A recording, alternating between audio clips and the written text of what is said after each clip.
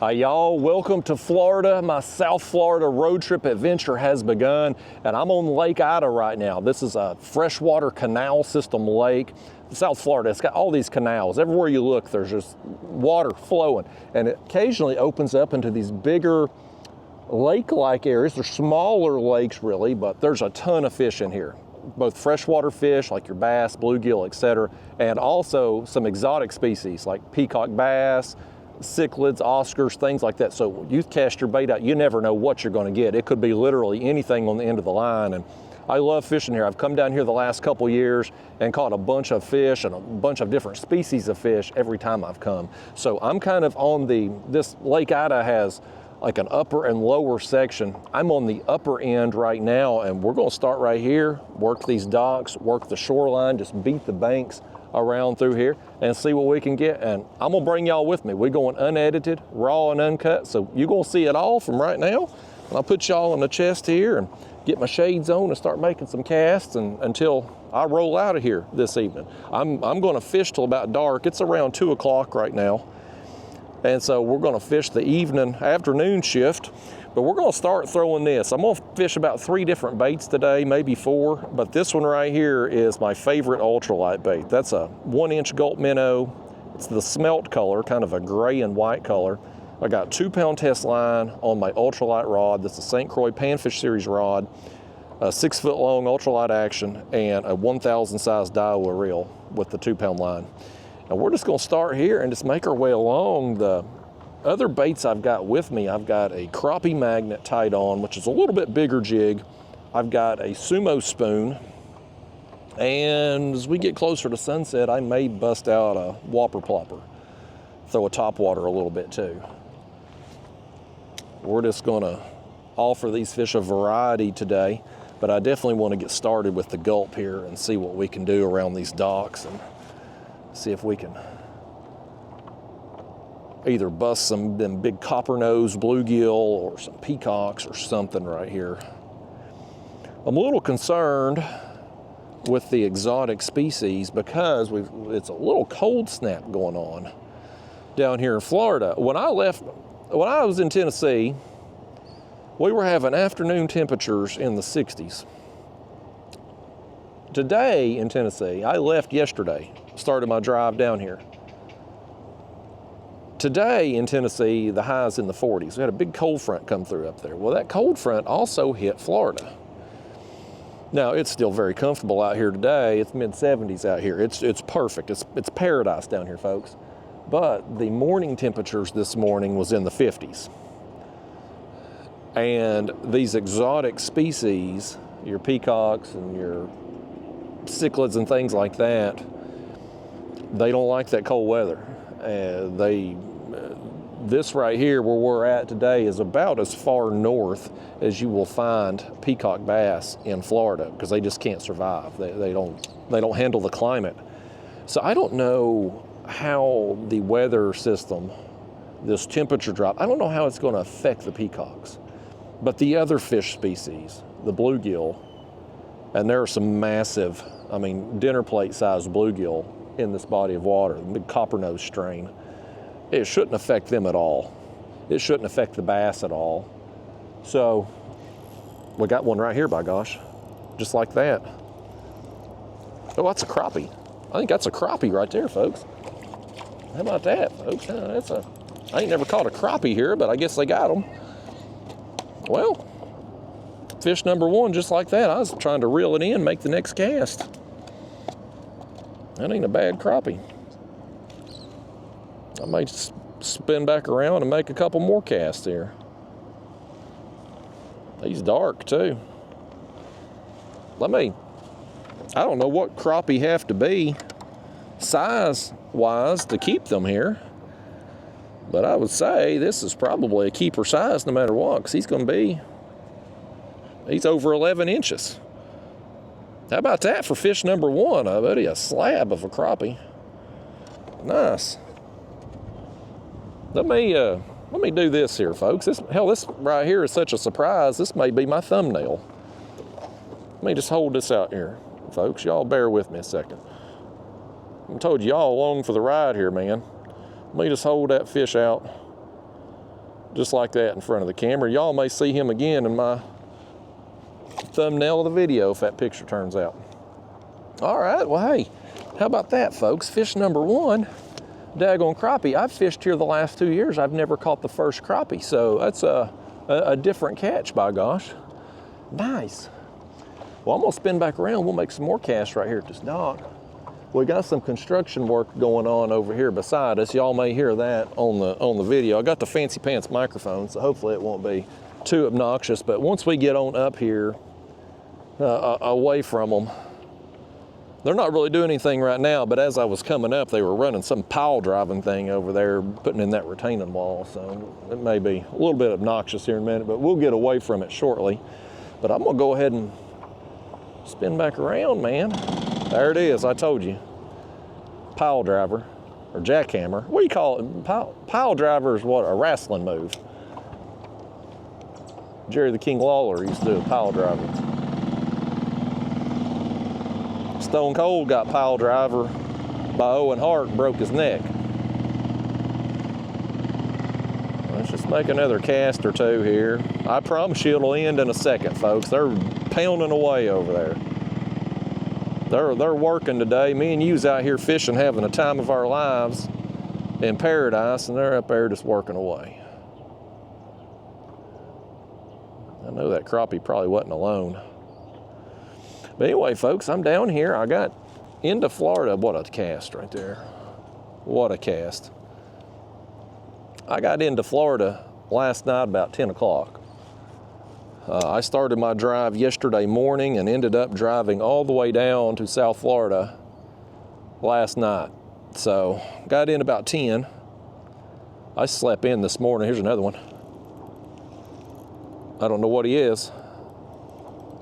Oh, yes, yes. This is what we want right here, folks. Big copper nose bluegill right here. Big old copper nose. Yes. Let me get my pliers. Well, we're just a few casts into this trip, into this session right here. And buddy, we're on them. Look at that. Let me just stick him on. I don't know if this one's gonna go 8 inches, but we're liable to get some. Yeah, he will go to 8 inches too. He'll be 8 1/4 right there. Nice, folks. I definitely want to catch some of those down here. I don't have those back home. Coppernose are a strain of bluegill, like a subspecies, I guess. And the lakes and rivers back home don't have them. They're mostly, I think people kind of stock them in ponds oftentimes.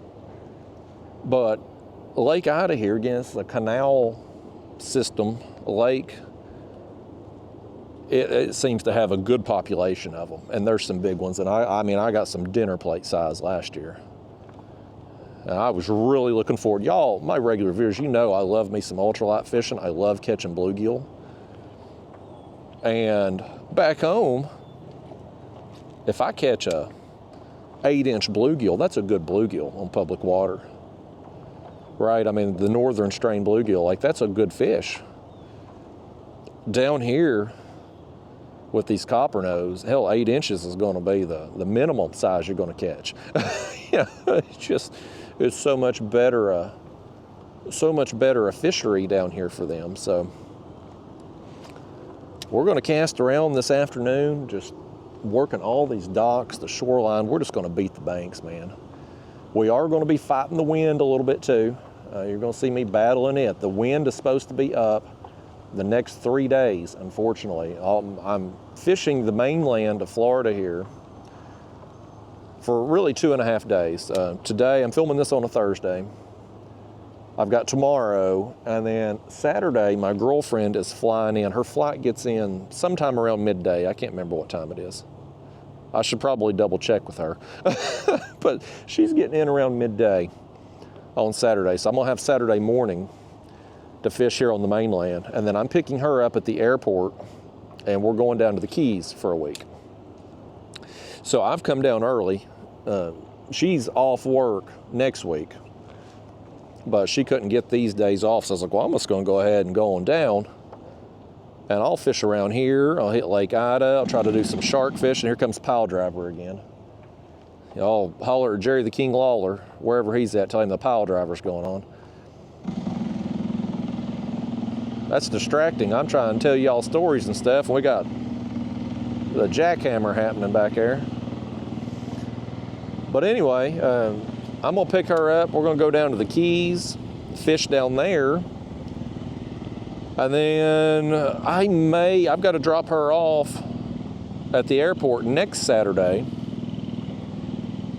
Depending on the weather and whatnot and how tired I am, I may do some fishing next Saturday too after I drop her off. So we'll see.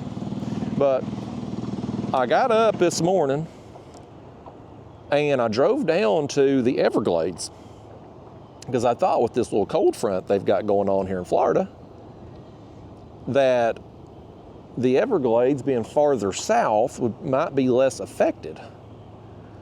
And one of my regular viewers, his name's Fishing Key Largo, screen name, he's watches these ultralight videos, a big fan of them. I appreciate the hell out of him because he's always, I made another terrible cast right there. He watches these ultralight videos and he keeps track of the stats on them. How many casts I make, how many fish I catch, different species of fish, how many jigs I lose. I mean, he's like one of them baseball fans that keeps the box score.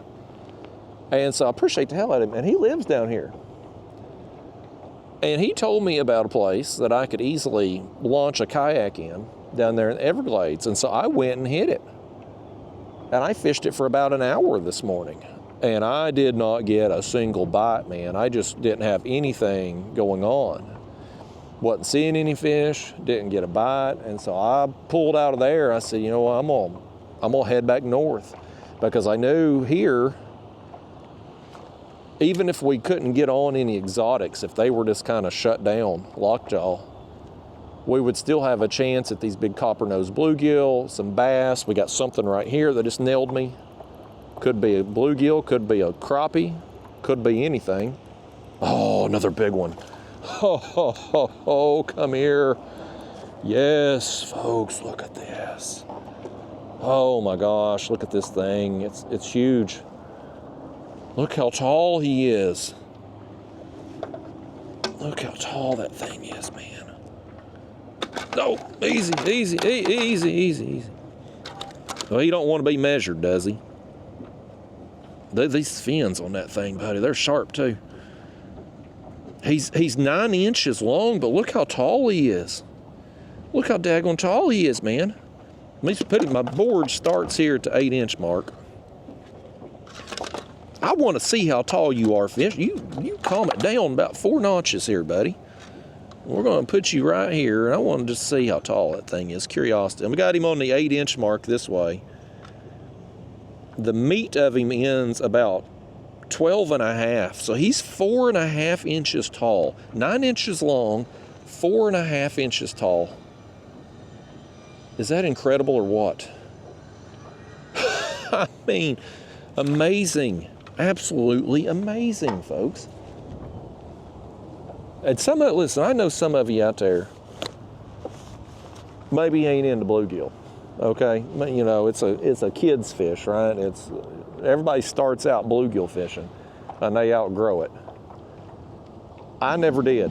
I love bluegill fishing. I love ultralight fishing, and coming down here and getting them like that is a treat, folks.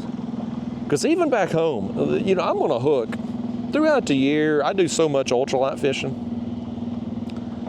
As jackhammer's going on again, I promise we'll be done with jackhammer shortly. I think they're actually about done. It looks like they've about got to the end of that property. I had another one hit me. But throughout the year when I'm ultralight fishing, I'm gonna get a few 9-inch bluegill. Just getting lucky out there in public water back home. I'm gonna get a few, not many, but a few, a handful of them. But even when you do, they're not that tall, that thick. You'll have 9 inches in length, but you're not going to get that height on them. And these copper nose, man, they just they're as round as they are long. They're like a damn near circle. Lord almighty. I'm in a good mood, folks, but I don't want to listen to that jackhammer all day. So anyway, I'm bringing y'all with me for at least part of this trip here. I'm gonna make sure I get me a few sessions in that are just not off camera, just some me time. I mean, this is a vacation too, so I wanna bring you all along, but I want some off camera time fishing as well. But anyway, that's my plan, folks. I'm gonna hit the mainland of Florida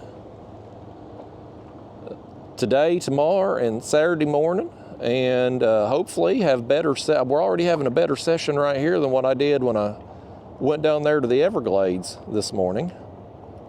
That spot, I mean, it was a really good looking spot. It was right next to a bridge. I could easily launch the kayak right there. But I just couldn't catch anything. I was throwing a gulp, I threw the crappie magnet, and I threw a spoon. I got another one right here, man. You get that jig up under that dock, and you're getting bit. Oh, it's another big one. That's another big one. Look at this. This actually, he's a little bit smaller than the last one, I think. Oh man, I love these things, folks. No, you be good now. I want to hold you out like this. Look at that. Look at his face. Got the purple on there. They got unique colors. They almost look like, you get out of here acting that way. Every one of you has been ornery so far. You didn't splash water up in my face. Got me with your fin. Get out of here. Almost, if bluegill died and became a zombie, that's what I imagine copper-nose bluegill to be. They're like okay, y'all are good. I got water on my face and my glasses. Y'all have got away scot-free again somehow. But they're like a daggone zombie bluegill, and they just, man, they fight hard.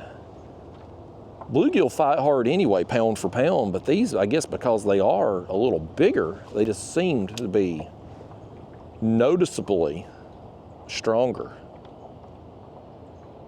And I'll sit here and catch as many of them that wants to bite, man. Again, this is a treat for me. I just don't have, maybe I appreciate them more because I don't have them back home. You know, if I had access to them all the time, maybe I wouldn't even care as much. But boy, I do.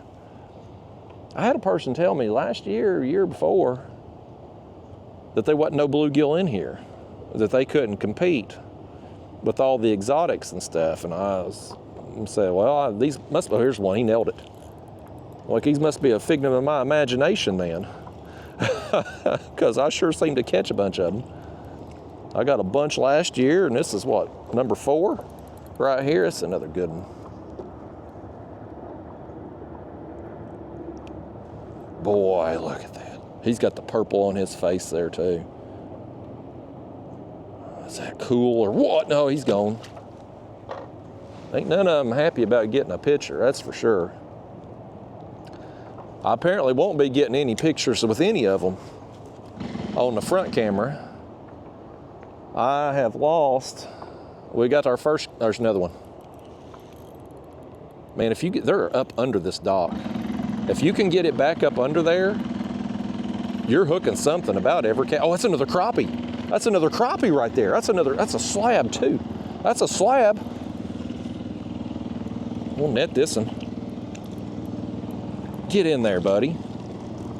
Oh, but I didn't even know they had crappie in here.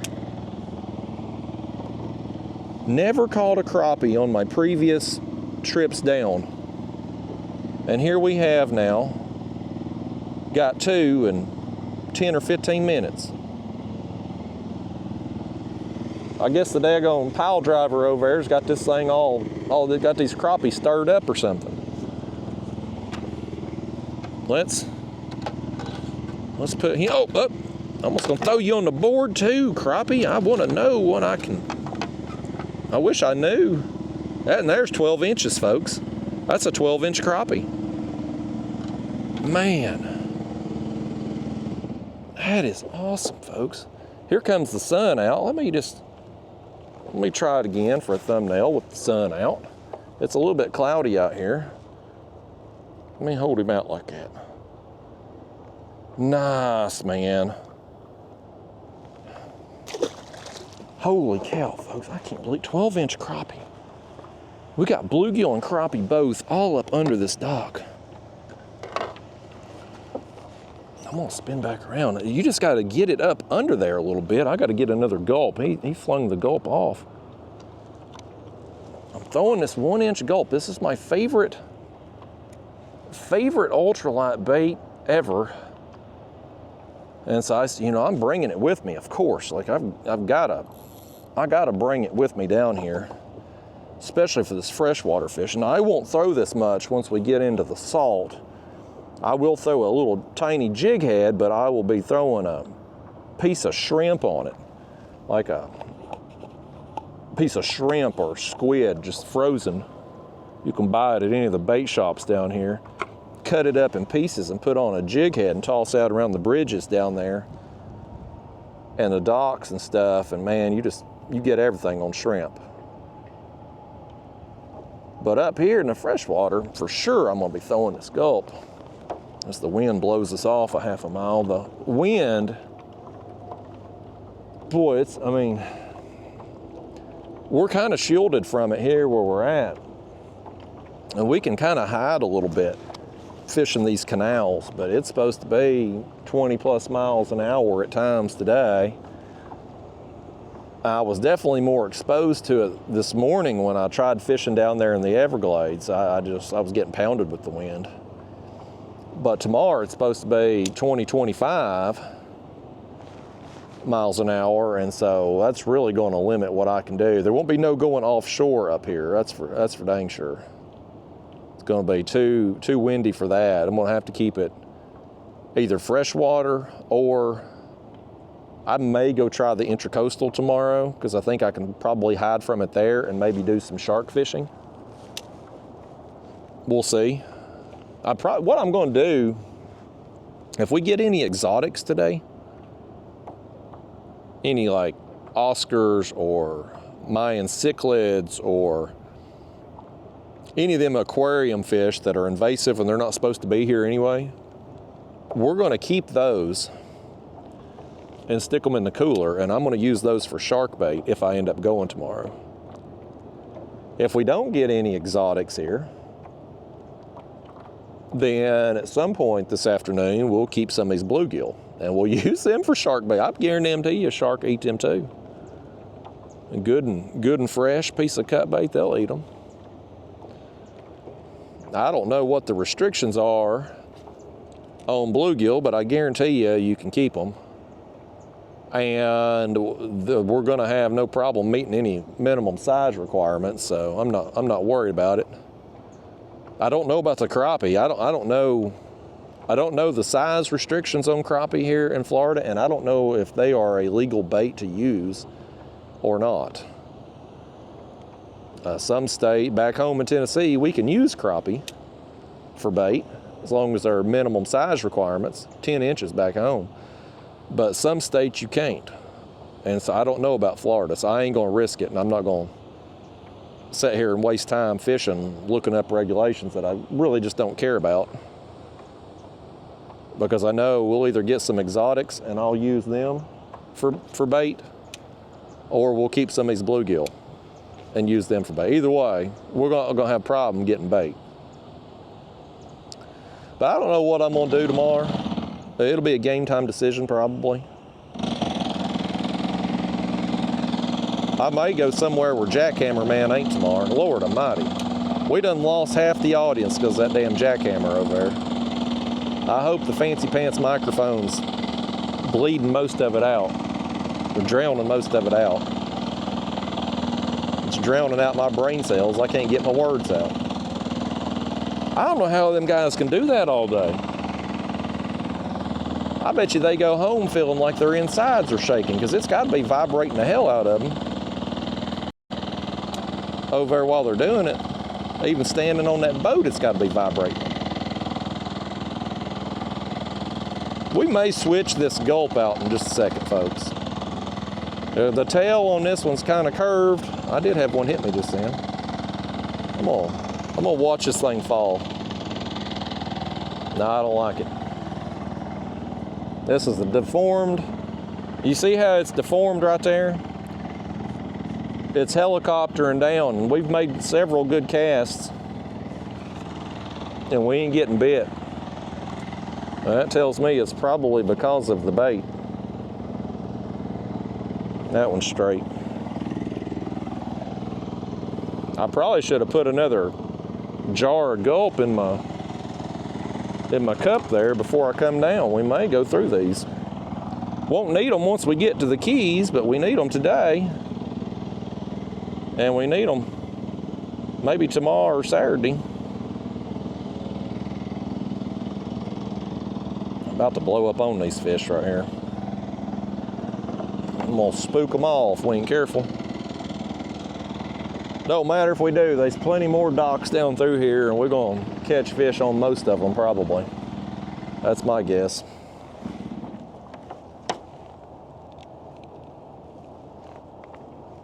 But yeah, the Everglades today, that canal, I worked down there along that bridge. It just did not pan out at all. Couldn't get a bite, couldn't get a tap, nothing. It was deader than damn it through there. Now, I don't think Fishing Key Largo told me that maliciously, you know, to get me to go out of my way or anything. I believe him because he's been a loyal viewer and whatnot. I think it's just probably the weather. You get a place like that probably has mostly exotic fish in it, and you have a little cold snap like they had here last night, and I'd say maybe they were just shut down. Maybe they just had the lockjaw, especially this morning. Maybe I'd have been better off going there this afternoon, possibly. Either way, we gave it the college try. It didn't work out. So we come here. This is, I kind of consider Lake Ida here a sure thing. Having fished here the last couple years and having as much success as I've had here, it's one of them places I know I can come here and get a bite, and because of the way the lakes go, you got the upper and the lower lake and a little canal that separates them, and the way the contours go here, I'm like, it don't really matter here if the wind is cranking, because we're going to be able to find a place to hide from it. We can get out of it enough to where it won't affect us ultralight fishing. Because that can be a challenge, ultralight fishing in the wind. You get a stiff wind blowing, it'll put a bow in your line, make it hard to feel bites. Oh, I had one nip me right then. But if you can kind of get in these canals and behind these docks and stuff and get a little wind break from it, we can make our cast and be able to feel our fish and all that. So this is definitely easier to work in the wind than where I was at this morning down there in the Everglades, because really down there wasn't anything to block the wind. I was really struggling to maintain kayak position and make casts and stuff.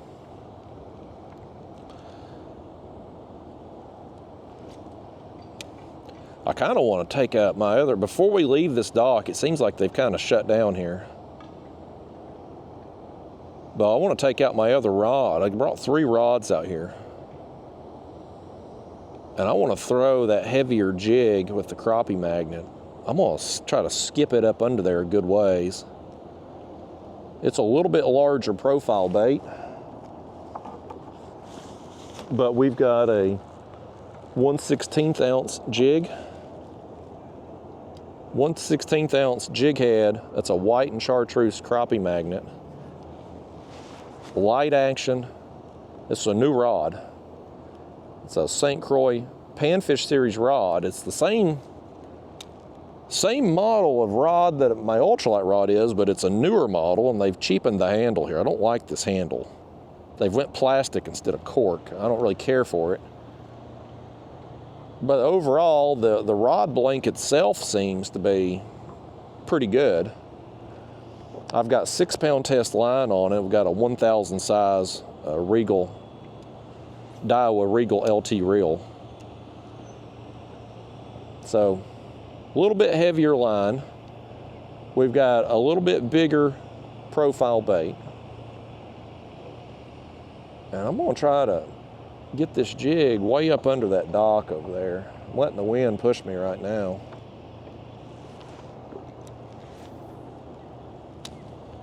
That was a good cast there. I'm gonna let that sink down. I'm just gonna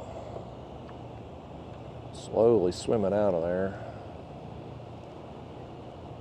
See if they'll be interested in that. That Gulp, in addition to the minnow-like profile of the bait, you've also got the scent. That Gulp juice puts off that scent, that flavor.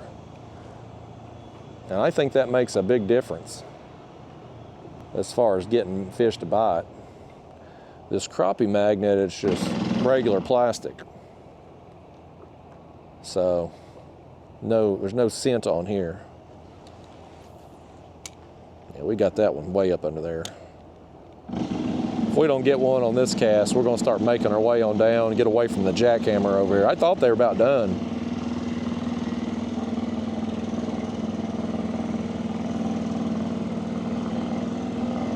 Nothing. You can see what they're doing over there. They're putting in that retaining wall. And they've out the end of that property right there. You'd think it'd be about done. All right, let me put this up. I'm gonna as we make our way around this dock, I wanna throw the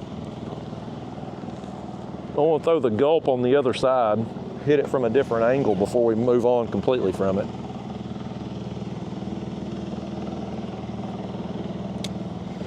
I'm having fun, y'all. Y'all having fun? I'm having fun. It's awesome to be down here. Again, Tennessee today, supposed to be highs in the 40s. I'm down here just living the dream, man. Partly cloudy today, mid-70s. Beautiful down here, everything's so green and lush. It's just, I love it down here.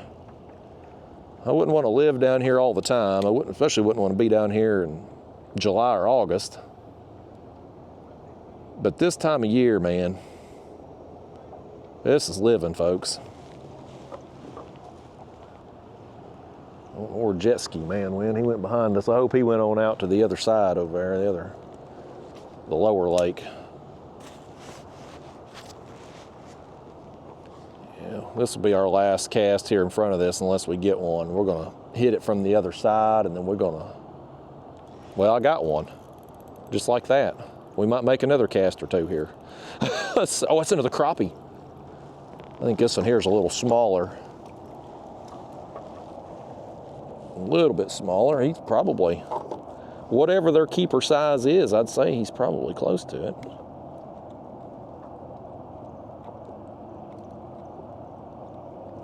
Come on out there, jig head. There you go. He's probably 9-inch range, I'm guessing. No, he's 10 and a half. I can't, I'm underestimating him right there. 10.5-inch crappie, folks. Down here on Lake Ida. I knew, cold front,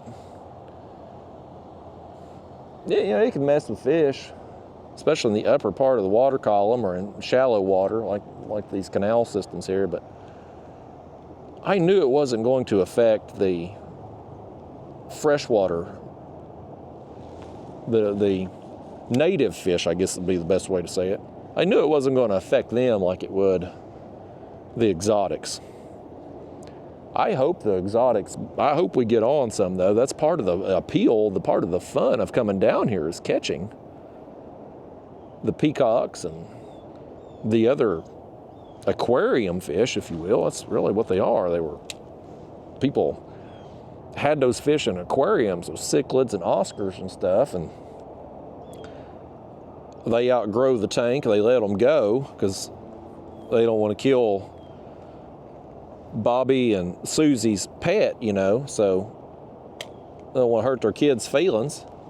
So they go to the lake and they let the fish go, and the fish ends up surviving and thriving here because of the climate.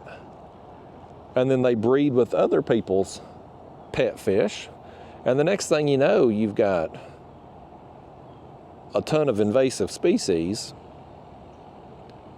in these but I mean, at this point, they're established. You know, you can keep everyone you catch, but you're not gonna eradicate them at this point. And that's why, allegedly, why I think it's more to it than that. They claimed the state of Florida stocked peacock bass as a way, which, you know, it's another non-native species, an invasive, if you will, but they purposely stocked peacocks here to try to get control of the other invasive species population, because the peacocks will eat the fry of the other invasive fish species. Now, personally, I don't necessarily think that's true. I think they put the peacocks in here as a way to get more tourists.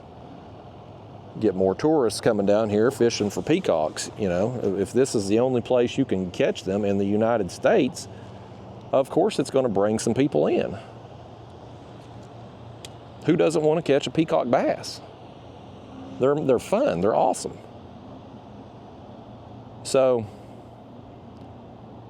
regardless of their intentions, whether it was truly meant to just get control of the other fish species population or whether it was to boost tourism, either way, we've got peacock bass in here.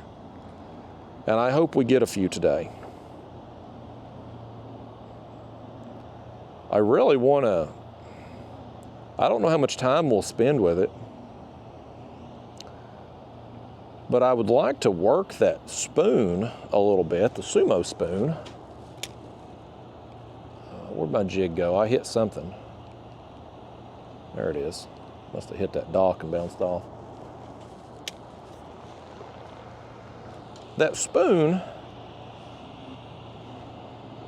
you know, you catch a little bit of everything on a spoon. It's just a curved piece of metal with a hook, and it, when you're retrieving it or trolling it, it spins through the water and fish. Oh, he's going up. Oh, he come off. But that curved piece of metal, the spoon, it goes through the water and it creates vibration. It creates flash. It's like a bait fish that's running from something. And so I use it from catching catfish bait back home. I catch a fair number of skipjack on it, but I catch mostly bass. I get white bass while I'm trolling for skipjack, and then I'm casting that thing. I'll get white bass, I'll get largemouth, I'll get smallmouth. Bass species just love that spoon. And so I was thinking a while back, you know, coming down here, I'm like, why don't I take that spoon with me down here? Because if all the other species of bass like that spoon, I bet you peacocks probably would too. So I want to try it a little bit. Now, if these peacocks are shut down, it ain't gonna matter what we throw. So I don't know, even if we don't catch something on the spoon today, I don't know that we can really consider it unsuccessful, because it may just very well be the time that we're throwing it. But I think it's got potential. And so we'll see. I've also, last year I forgot to bring my topwater plugs. Today I have got them with me. I have remembered. So we've got a whopper plopper in there in my box. We get closer to sunset, we start seeing some fish hitting the surface. We will definitely throw the whopper plopper and see if we can bust something on it. Catching peacocks is great. Catching them on top water, even better. All right, I think we're gonna move on from this dock here. We've caught several fish from it. The bite seems to be slowing down on it though, so we'll just start making our way along, casting at everything we come across along the way. We'll work in them other two lures periodically.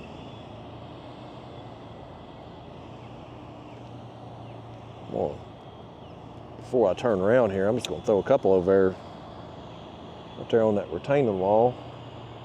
There's some grass that comes out here beside us. I don't know if there's grass up there along that wall or not, but we're liable to catch something on the edge of the weed there too.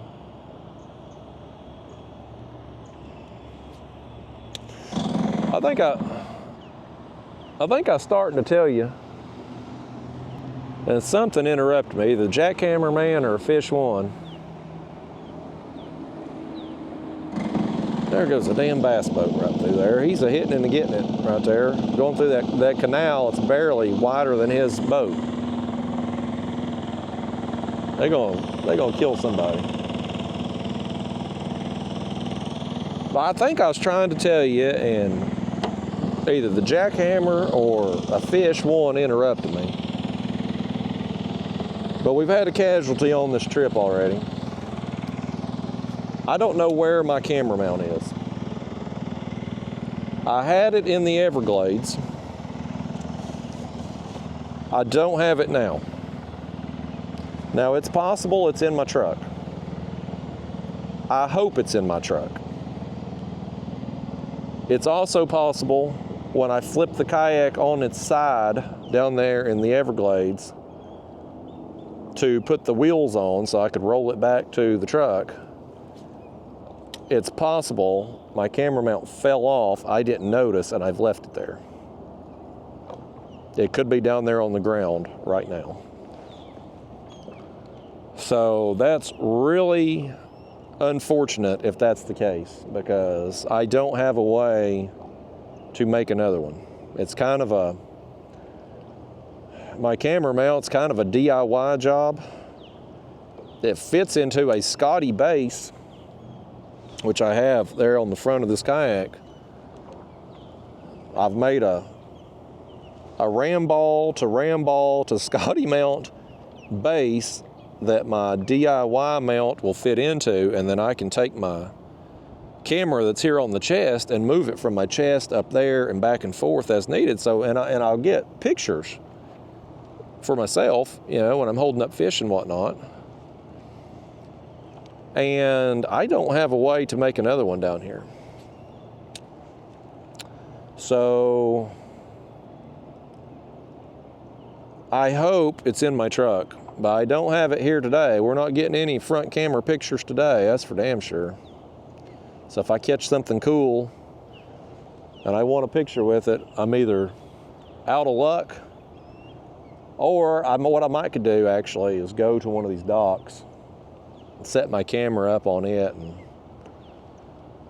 it's a lot of hassle to do that though. I don't know where the damn thing's at. I had it out down there in the Everglades. And I don't remember if I put it in the truck or not. So, who knows? There's a fish. Oh man. I had me one right there, and well now, what the hell have I done? I missed the fish, got my line wrapped around my rod tip, and then made a worst cast of all time.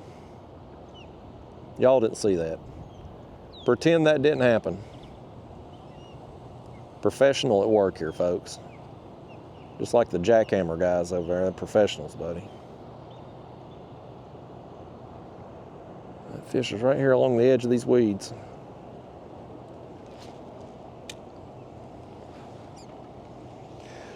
Yeah, but I'm in big trouble though if I don't have that front camera mount. Like, how am I going to get pictures of anything this week?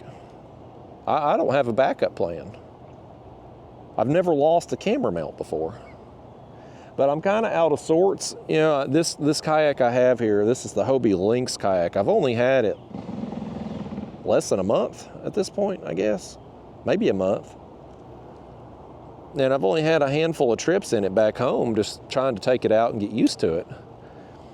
And so I'm still kind of getting in a routine with how I set the kayak up, how I break it down at the end of a trip. And my other kayaks, I pull them on trailers, and so with those kayaks, everything stays in the kayak when I'm going to and from the river back home. The only thing that comes out is my rods and my camera bag. That's it. So it's easy. I never forget anything. I never lose anything. But with this kayak, I'm hauling it just in the back of my truck. So everything has to come out. Got our snag undone there. Everything's got to come out of the kayak. I leave the seat on, and these rod holders I've got put here, I leave them on. Everything else comes out. And so I don't really have a good routine yet. I'm kind of just winging it. And when you're setting everything out on the ground and loading up, and I was kind of in a rush to get out of there because I knew I had a pretty good drive. I had an hour and a half drive to get from there back up to here, and I wanted to leave myself enough time to be able to fish because it gets dark so early this time of year. I don't know what time it'll get dark here today, but probably around 6 or 7 for sure. So I wanted to give myself some time to fish, and so I was in a rush to get out of there, and it's possible it's still on the ground. I may have to just run back down there. If it's not in my truck, when I get back to the car, I may just go back down there and drive a damn hour and a half back down to the Everglades tonight, but I need that camera mount. There was somebody else down there fishing when I left. They could have picked it up possibly, but I don't know why they would want a camera mount for. Like, I don't know. I mean, if it was like a real camera mount, that might be appealing to them, but it's a DIY job. Like, nobody's going to have any use for that thing except for me, or possibly some other kayak fisherman. Like, we're the only people on the face of the earth that's going to have any use for that camera mount. So I'm hoping it's still there if it is on the ground down there. But that's a huge loss, man. That is a casualty of war for sure. You know, you go on vacation somewhere and you catch you some fish. You want to get a picture.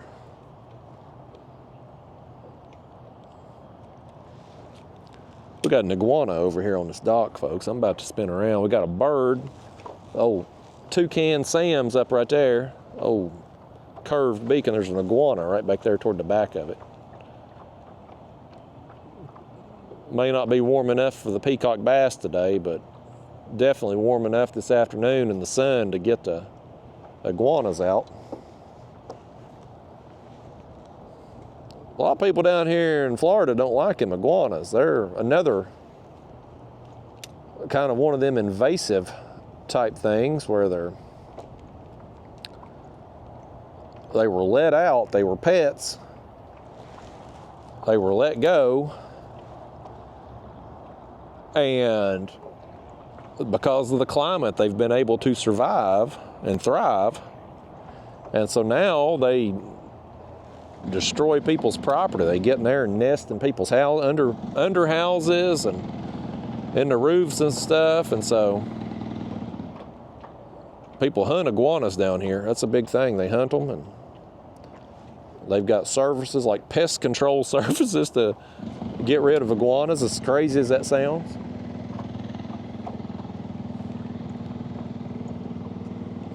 But I think they're pretty cool just to be, you just fishing along and you see an iguana laying on somebody's dock like it's a pet dog or something.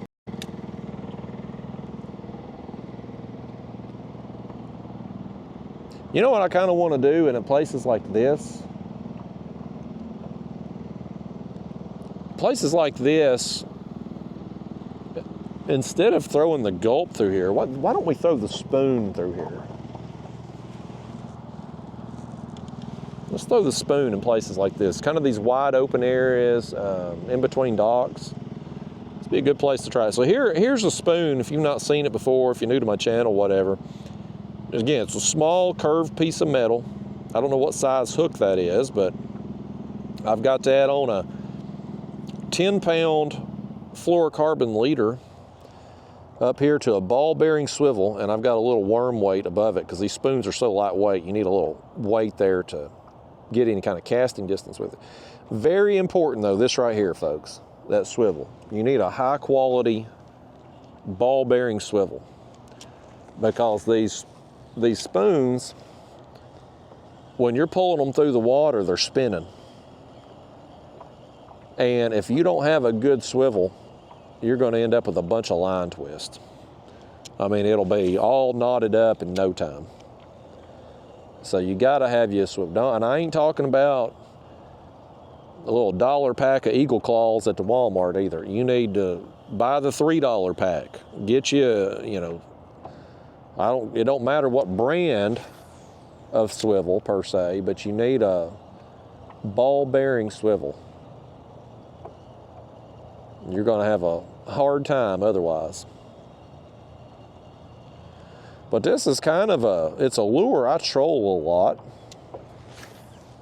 but it's also a good search lure if you're casting it because you can cover water very quickly with it. Because it's putting off that flash and that vibration, it can get the attention of fish that are longer distances away. And so you can kind of treat it like a spinnerbait or a crankbait and just take a section of shoreline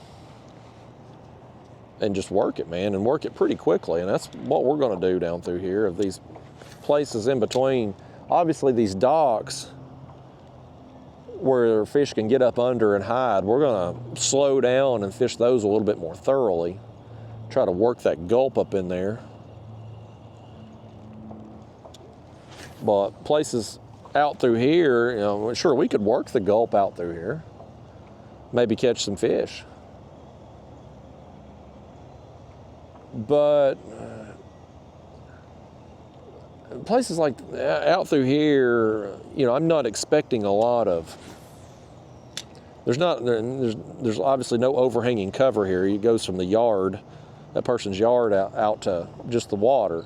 There's no overhanging trees or whatnot to provide shade or cover for fish. I don't really know what the bottom composition is like. I don't have a graph on this kayak. I didn't bring a graph on this trip. We're going to be no electronics for the next 10 days that I'm down here. This is electronics free. I should have left my damn phone at the house too, is what I should have done.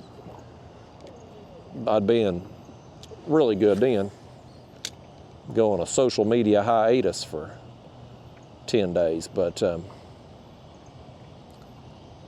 areas out through here, good places to throw the spoon. And then we'll just slow it down when we get around to individual objects that we can target. I'm pretty sure last year, I think. My dates have run together. I've fished here the last 2 years. Each winter I've come down. And I got some peacock. I'm pretty sure I busted some peacocks right in here. I remember that tree because that's a cool looking tree. And I remember thinking I could climb that thing if I lived down here. Like if that was my tree, I would totally climb it. Who doesn't want to climb a tree? I haven't climbed a tree in years, folks. I used to do that as a kid. I'd climb trees out there in the woods, and I'd build forts. I'd take my G.I. Joes, my toys, up in a tree with me and play with them up there. Oh, something hit me. I got hit over there. That's encouraging. Something smacked me right there.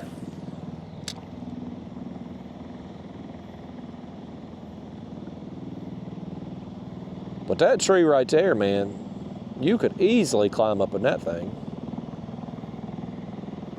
That'd be a good time. I need to climb a tree again sometime. Of course, as heavy as I am now, it probably ain't the safest thing to do. When I was a kid and I weighed 40, 50 pounds, hell, I could climb all the way to the top just about any tree. If I could get up in it, if there was a branch low enough to the ground that I could reach it, I could pull myself up in about any tree. Nowadays, I may need a helping hand. I may need to climb up on your shoulder to have a chance to get up in the damn tree. That and there, I'm pretty sure it's low enough to the ground. I could get up in there.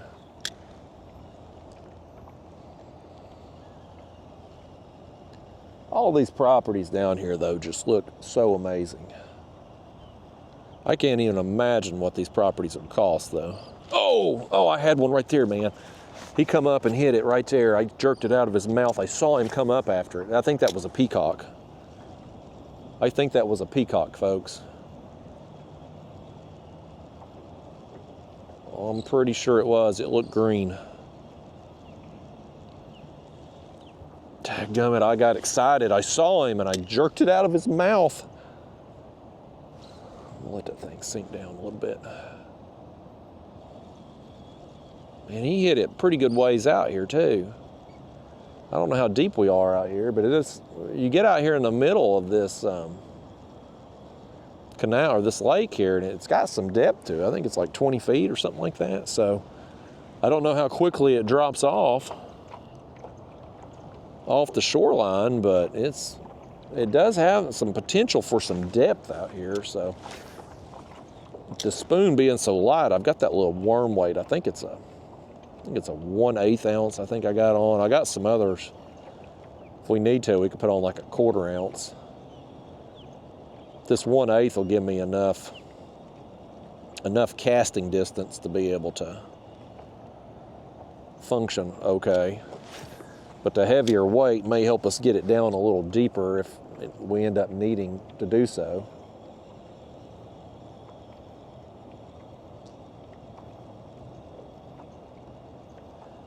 Daggone, I hate I missed that. That's my fault too, because I got excited. But he was farther out off this bank.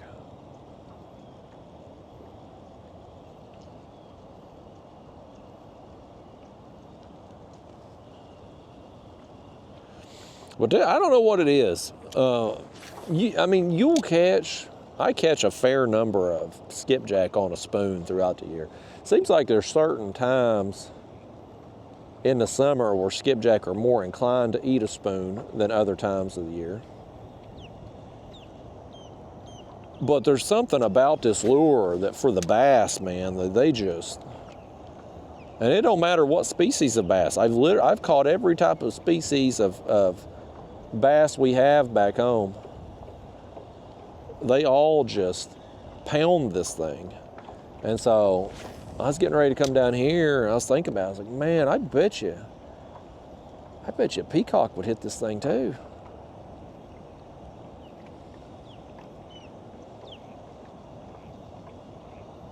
Because I'm pretty sure they've got shad in here.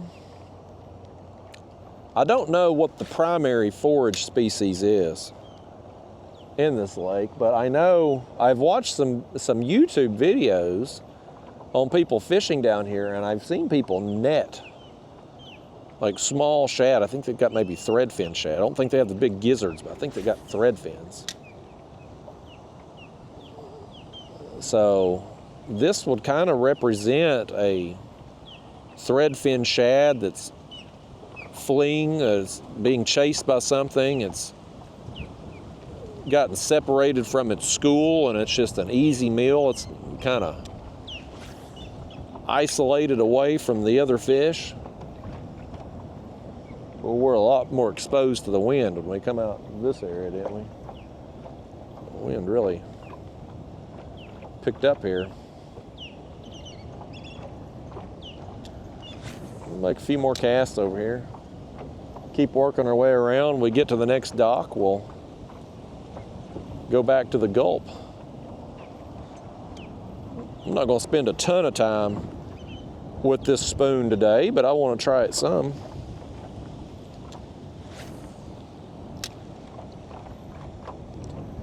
This Hobie Lynx, you know, it's a new addition to my kayak fleet. I bought this used, got a good deal on it, saved $1,400 by buying it used.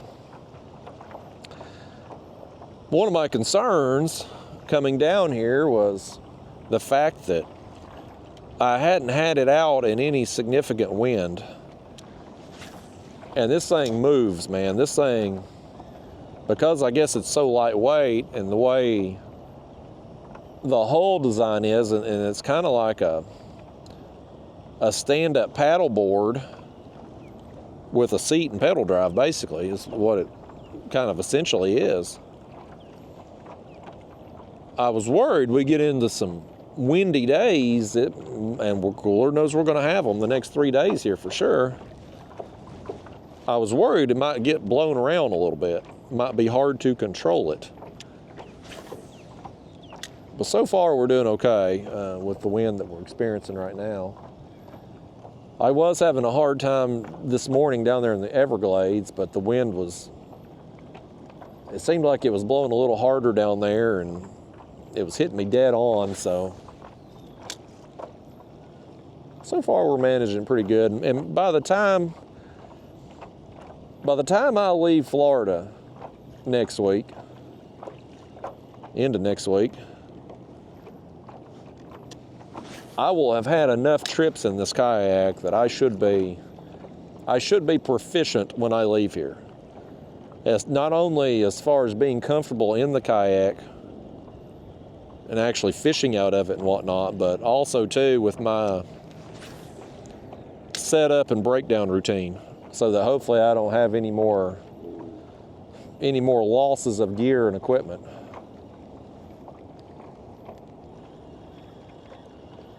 The absolute worst case scenario for my camera mount would be if I flip the kayak up on its side to install the wheels on it, to roll it back to the truck there in Everglades, right? Like that was what I done. If the camera mount was still on the kayak, if it didn't fall off, and it was still on the floor of the kayak, and I forgot to put it in the truck, which I don't remember putting it in the truck, but hell, I don't really remember putting anything in there, you know, specifically. It wasn't like I was trying to remember it. It's possible it could have blown out on the highway coming up through here if it was just laying on the floor of this thing. That would be the worst case scenario, because then, let's say I drive down there, spend an hour and a half driving down there, and it ain't there. There ain't no way in hell I'm gonna find it on the highway. Hell, even if you did find it on the highway, it wouldn't be safe to get out. Well, we've went a long time now without catching fish, folks. It's time to get a bite now. Had that peacock nail the damn thing. I wish I could have got that. I think it was a peacock. It was green. It could have been a bass, I guess. Could have been a largemouth, but it looked like it was like a bright green. These peacocks, they're like a bright neon green most of the time, and orange. Let me stand up right here, stretch my back, stretch my legs. There's one of them buoys out there. It's just fish attractant, so. I've never actually caught a fish around a fish attractor before. But apparently these wildlife agencies that put them out, they put them out back home too. I don't know what they do exactly. I guess they just put cover and whatnot around it.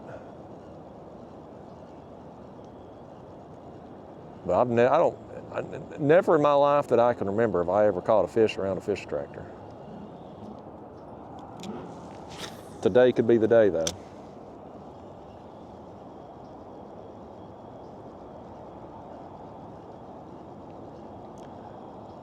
Apparently ain't gonna be this cast, though.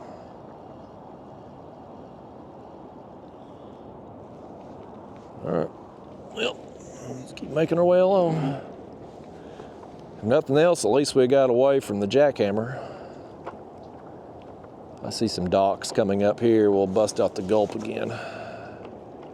Probably need to dip this thing down in the water. It's gonna dry out in that wind. Thing gonna be hard as a rock.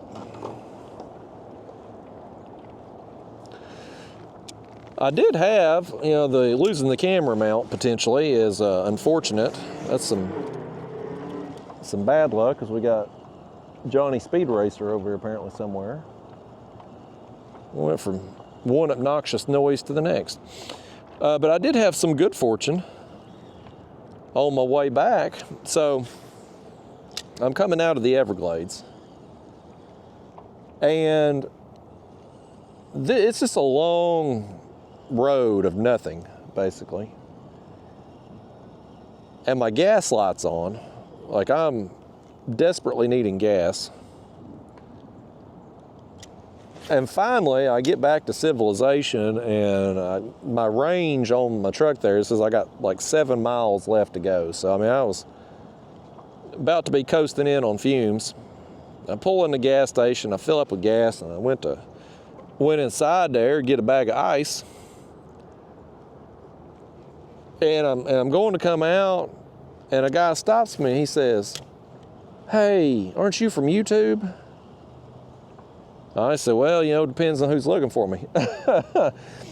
He's like, "Man, I've woke up to you so many times." Apparently he don't watch me, but he, I guess, goes to bed with YouTube on, and inevitably my channel will pop up sometime in the middle of the night for him.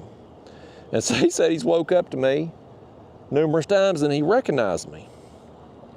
Well, come to find out, he's a fishing guide down in the Keys. And I was sitting there talking to him. He's like, "Man, I'd love for you to come out with me." And I said, "Well, look, man, if I come out and fish with you, I got to film." And a lot of fishing guides are peculiar about that. They don't want you filming stuff or backgrounds and whatnot. And of course, when I do these unedited videos, like they're not edited. Like there's no hiding backgrounds. What you see is what you get. Oh, he nailed it. I got something right here. I got something. Let me back it up. We got something. Let me back off my drag a little bit. I don't know what this is, but boy, he thumped it, buddy. He thumped it. I hope it's a peacock.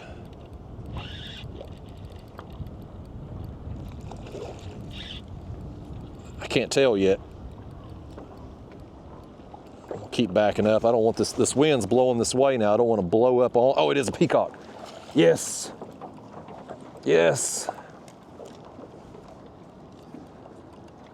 First peacock of this year's Florida adventure. Boom, that's a good one too. Yes. Let me turn him here in the light since I don't have I can't believe I don't have that front camera mount. Nice, folks. Nice, got him on the spoon. I thought that spoon might help us out. I had a feeling that spoon was gonna work. And by gosh, it just did. We missed one a little while ago, but we got one right here. Let me just back up again. I don't have anything that I could do to get a picture. Actually, you know what? This is plumb stupid right here, what I'm about to do. This is stupid, folks. This is dumb. I've lost my damn mind for thinking I'm gonna do this, but I'm going to.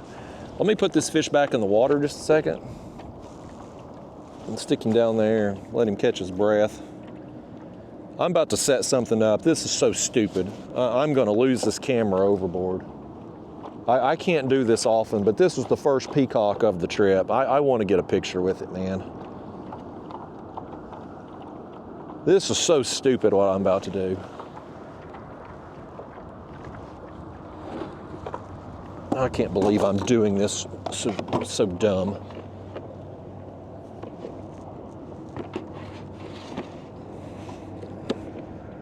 This is stupid. I'm just gonna step on this net here, that way he can be in the water. And y'all, this is stupid. Y'all bear with me here, would you? I gotta get positioned because the wind's blowing us something terrible. Here's what I'm gonna do. My camera grip has a little stand on it. And so I can set this up like so. Now, the challenge is going to be not knocking the thing off and losing the camera overboard because there's nothing holding it in place, like with my other camera mount. Nice though, hey. Oh man, that it's setting so low. We got him though, by gosh. All right, let me get you all back up here in the chest. Let me spin back around this way. This might be our thumbnail right here even. Put this behind me. Maybe I'll make this our thumbnail. I'm gonna spin us back around. We're gonna go over there and try to catch some more. I promise we'll be more efficient here in a minute, but this is a nice fish. This is probably 2 or 3 pound fish right here. I'm gonna hold him out. Let me get like this. We got him in the sun. I can't see the camera to see how we got it going on. This is a daggone cluster, folks. Y'all had no idea when you clicked on this video you was gonna see a damn mess. Nice. All right, peacock. He gone, folks. He gone. Okay, folks. Golly bum, man. Golly bum right there. I want to give you a fist pump, buddy. We got our first peacock, man. We got our first peacock of the trip. Let me fix my camera back now. There we go. We got a little water action there on the lens. Got that taken care of. Oh man. Y'all, I'm pumped, man. I am so pumped up for that fish. I was so concerned. Fishing Key Largo, and again, he's a regular channel viewer. He lives down here. He told me about that spot in the Everglades where I could launch the kayak. He said he gets fish there, all kinds of exotics and stuff. When I got completely skunked this morning there, it really messed with my mind a little bit, my confidence. Like, am I really? Because this cold front that's come through, like tomorrow morning is supposed to be in the 50s down here too. Like, so it's not going to be hot while I'm fishing up here on the mainland. Like today, tomorrow, and Saturday, the temperature's supposed to be like highs and low 70s. It's going to be great in the afternoons, but the morning temps there in the 50s.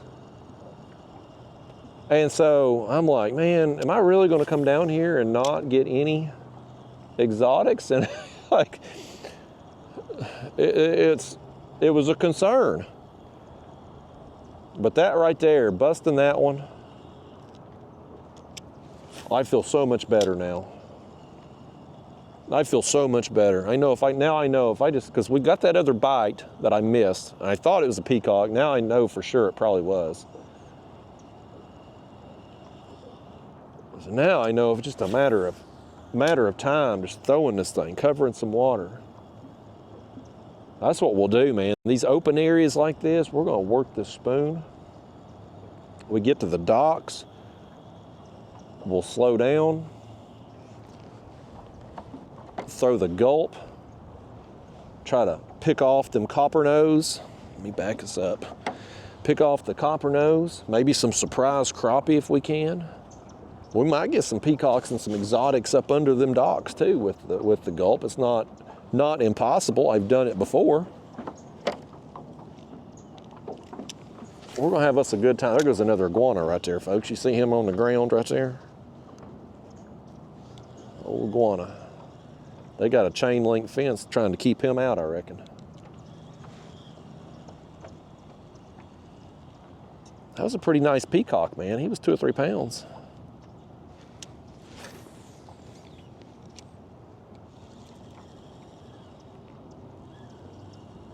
Yeah, we'll just let this wind push us right down this bank right here and see if we can get another one.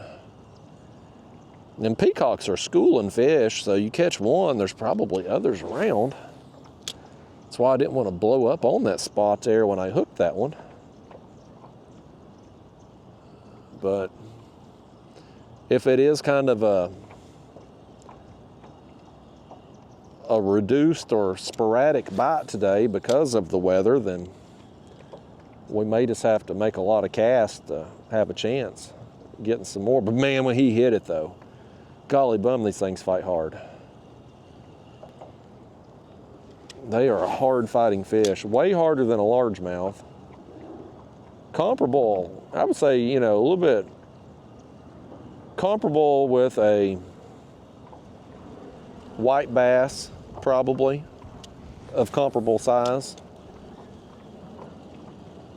Striped bass certainly fight incredibly hard too, but I usually don't catch them that small. Usually you hook a striper, they're significantly bigger. Look right here. Look at that little iguana right there. You see him on the ground right there? Let me toss up there on the ground there or something. I was trying to hit him with that lure and didn't even get close. I'm a terrible caster.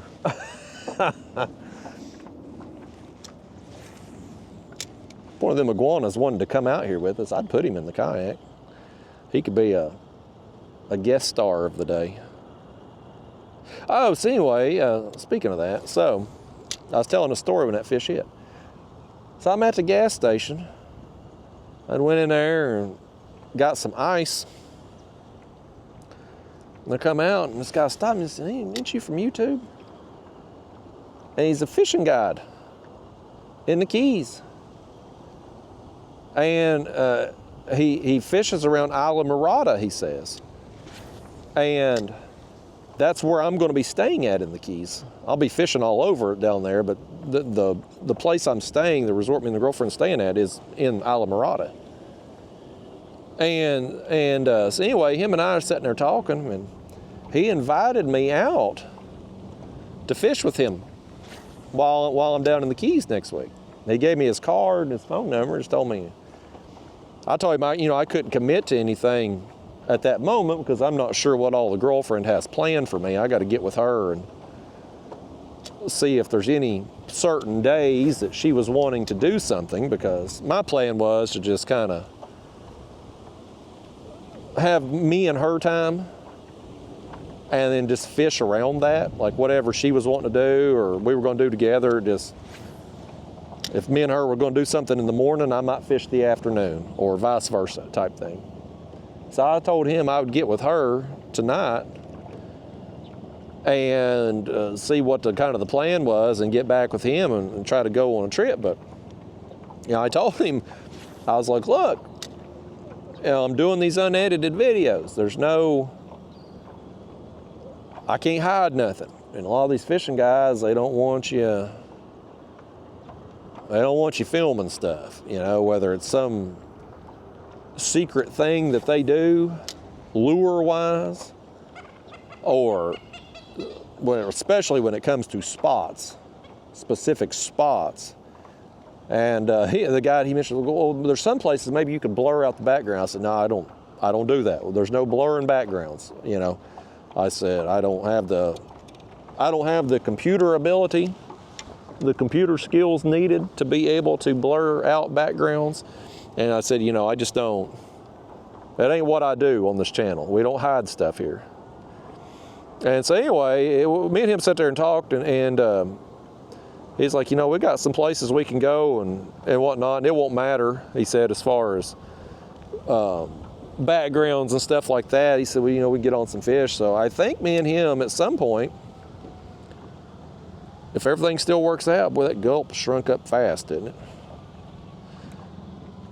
I think it's going to work out for him and I to do like a half day trip. He was talking about maybe getting on like snook and redfish, tarpon, things like that. So should be a good time. Now, it'll be in a boat. Won't be out there in a kayak. He's running boat tours. He said he's got a skiff, I believe he said, what he had. Let's throw this Gulp around this dock. But he was a real nice guy. What was his name? Hell, I'm terrible with names. I just talked to this guy not even 2 hours ago. Let me see if I still got his card. It's going to drive me nuts if I can't remember it. Chase Masters there. But anyway, I gotta get with the girlfriend this evening and see what she's got planned, and then give him a call, and we're going to try to get together. It was nice of him to say he'd take me out. His guide trips, I'm sure, are probably, well, hell, all these fishing guides down here in Florida, man, they're all, it's expensive to get guided trips down here. That's part of it. It's supply and demand, you know. There's a lot of people wanting trips and whatnot. But he said he had availability next week. And real convenient, you know, since he's fishing out of the same area that we're going to be staying. So hopefully it works out. But I told him, I was like, man, we fish together, I got to put a microphone on you. I'm so paranoid right now of fishing with people. I mean, you know, people I know, like, you know, my friend Ryan Bort's there. Y'all have seen him on my channel before. He fishes the tournament scene and whatnot. We give each other hell. And, you know, Ryan, he's a YouTuber, but he's not like, he works for himself, kind of.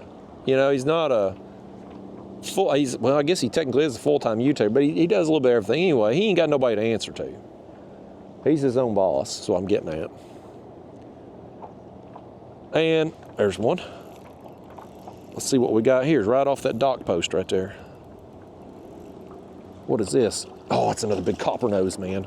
Another big copper nose. Let me back us up. That wind's gonna push us right up on it. Oh, that's a good one.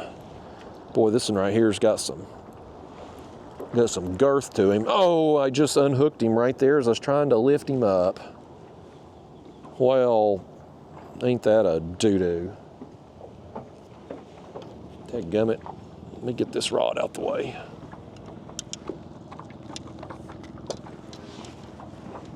All right, well, I got him right off that front post over there. See if I can get over there again.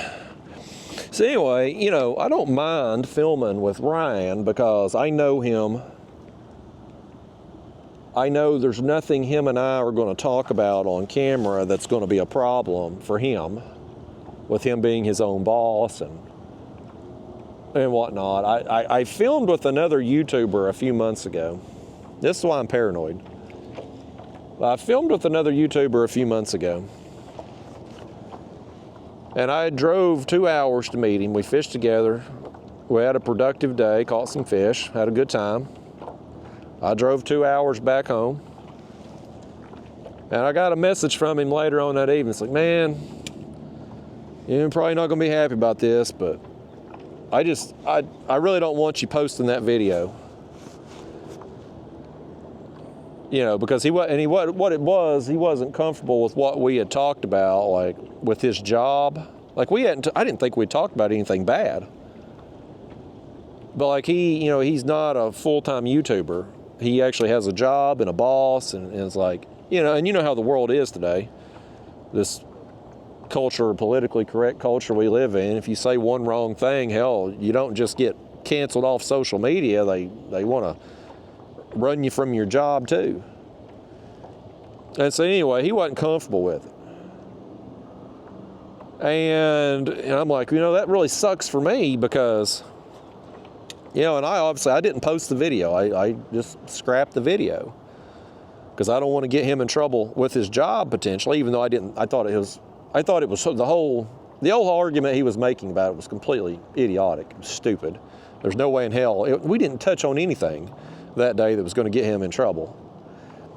But nevertheless, to keep him from worrying about it and any potential problems, I scrapped the video.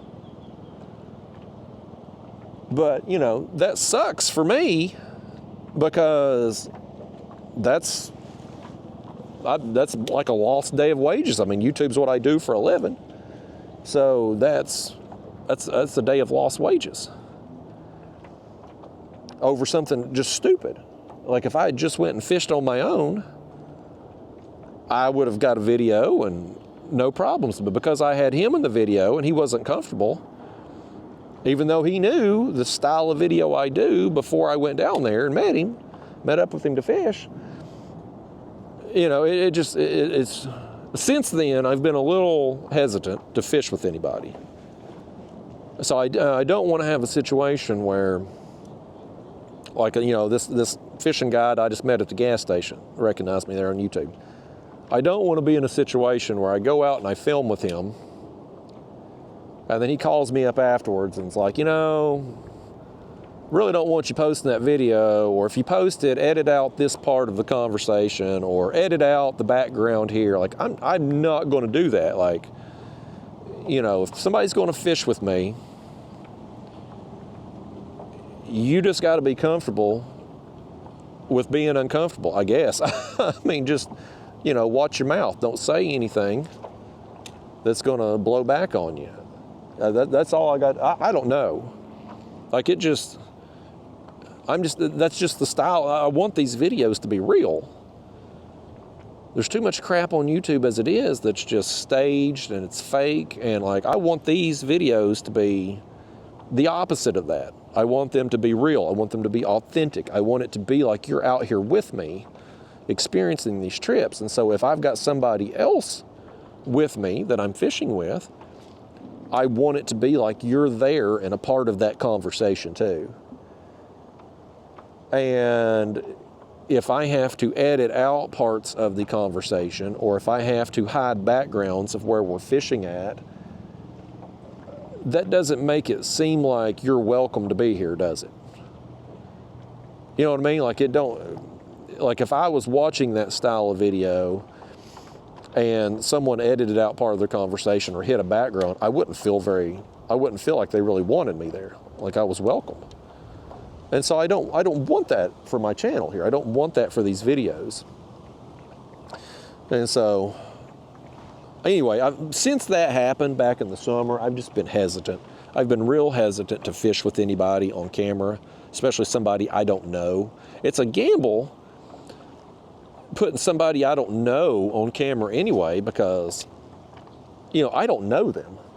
I don't know what they're going to say. Hell, they could be some super controversial person, you know, and just trying to stir the pot or trying to push some agenda. I don't know. That's the gamble of fishing with somebody on a video like this that you don't know. The other thing too, I've ran into this some with Daniel. You know, my friend Daniel owns Catfish Sumo. He's one of my best friends, but he's super uncomfortable on camera. Like, he just don't feel comfortable talking. And, you know, listen, I get it. I'm not particularly comfortable talking on camera either. I'm better at it now than I was 5 or 6 years ago. Just practice makes perfect, as the old saying goes. I mean, I've put out a lot of videos. I've gotten more comfortable with it as time goes on. But I totally get why somebody wouldn't be comfortable talking on camera. And Daniel's like that. He's not comfortable talking on camera. So sometimes when him and I fish together, he ventures off long distances away from me so he don't have to talk on camera or be filmed. And he talks real low and real quiet. And, you know, it's one of them things. Like, again, if you're filming a video, the people watching at home here, you all, my fishing buddies, you got to be able to hear the conversation. You know, you got to be able to hear and see what's going on, and that can be tough to do with some people. So when you fish with somebody in this style of video that you don't know, if you get them out on the water and they freeze up on camera, and you can't get them to talk or get anything out of them, you know, I'm not the best conversationalist anyway. I can sit here and talk to you, which basically means talking to myself for hours at a time and keep the conversation going with myself. But I have a hard time talking to other people. I threw right over this damn dock. There we go. But I have a hard time conversating with other people unless there's somebody that can carry their part of the load. Like they got to be able to converse back. Like it's got to be good banter. Like I can't sit there and interrogate them and be getting like me just peppering them with questions. Like if I ask them something and I get a one-word answer, and I ask them another question and I get a one-word answer, well, it don't take long before you're just completely out of questions to ask. And then what? Then it's just awkward silence. And that's not good for video. Hell, that's not good. That's not good ever. And so, you know, it ends up not being a good trip for them. It's not a good video for me. And so nobody wins in the end. Nobody comes out ahead in that situation. And so I'm just leery of it. I'm just leery, if I get my words out, of fishing with other people on video at this point. Like I'd rather just do it by myself. But with this guy, with him being a fishing guide down there in the Keys, like he clearly knows his stuff. You don't operate as a fishing guide and well, I say that. There's some fishing guides back home that ain't worth a damn. So I guess anybody can be a fishing guide. But this guy, he seemed to be pretty competent. You know, and I don't know a damn thing about fishing in the Keys. I've caught fish the last 2 years that I've went down there, but I'm just winging it, you know. I'm just going out there and doing what I do, and if I catch fish, great, and if I don't, it ain't the end of the world, but I've been fortunate that I've caught fish. But it would probably be good for me to fish with somebody like this guide, for instance, because I could probably learn a lot from him. It would probably be very beneficial to me, not only for this year's trip, but in future years too, if I'm able to come back down here to be able to apply what I learn and be able to hopefully build on that and get better in the future. So I'll just have to probably risk it and hope for the best. Getting a free trip though with a guide, I mean, that's something. Just because he knew, and he don't even watch my channel is the thing. That was what was so weird about him recognizing me. He's like, he's got photographic memory, he said. That's literally what he told me. And he recognized me from just waking up in the middle of the night and my video is playing. But he don't regularly watch my channel or anything. So crazy occurrence there, folks. Pretty crazy. That's the first time I've ever been recognized in the state of Florida. Now back home, there's a lot of catfishermen where I live, and I've been, fish. I didn't get a particularly good hook set on him. I hope I can keep him hooked. I was about to reel in and he hit it. Let me back up here.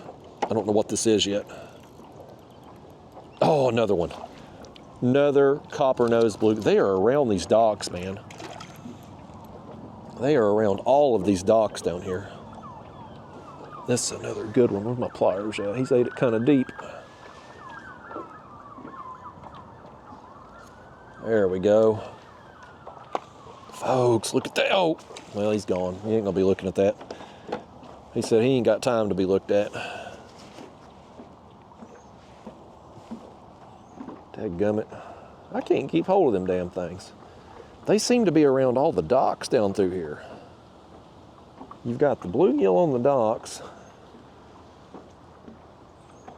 And, well, you know, there could be some more bluegill too in the places that we've been throwing that spoon, and they just ain't gonna hit that spoon.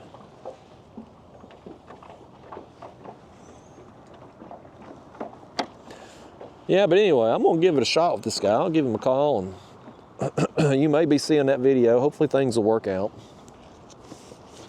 Hopefully we won't get out there and film and him not be comfortable with it. But yeah, ever since that other YouTuber and I fished together and he didn't want me posting the video, I'm just a little hesitant. I thought about what I might have to do in the future. And it's on my to-do list to talk to, I guess it'd probably have to be a lawyer that I'd have to talk to about this to get something drawn up. But it probably wouldn't be the worst idea for me to get like a release form signed when I fish with somebody. Just kind of doing two things, I guess. One, giving me permission to use the footage of them for my own personal gain, which, I mean, that's what it would be. If I'm posting a video on YouTube, it's monetized, so I'm making money off of that person. So, you know, it would probably be a good idea to have that in writing that they're okay with it. And also, this bird is pissed. That's a heron. That's a heron up there, folks. He's mad at me. He doesn't want me here. Look at him up here.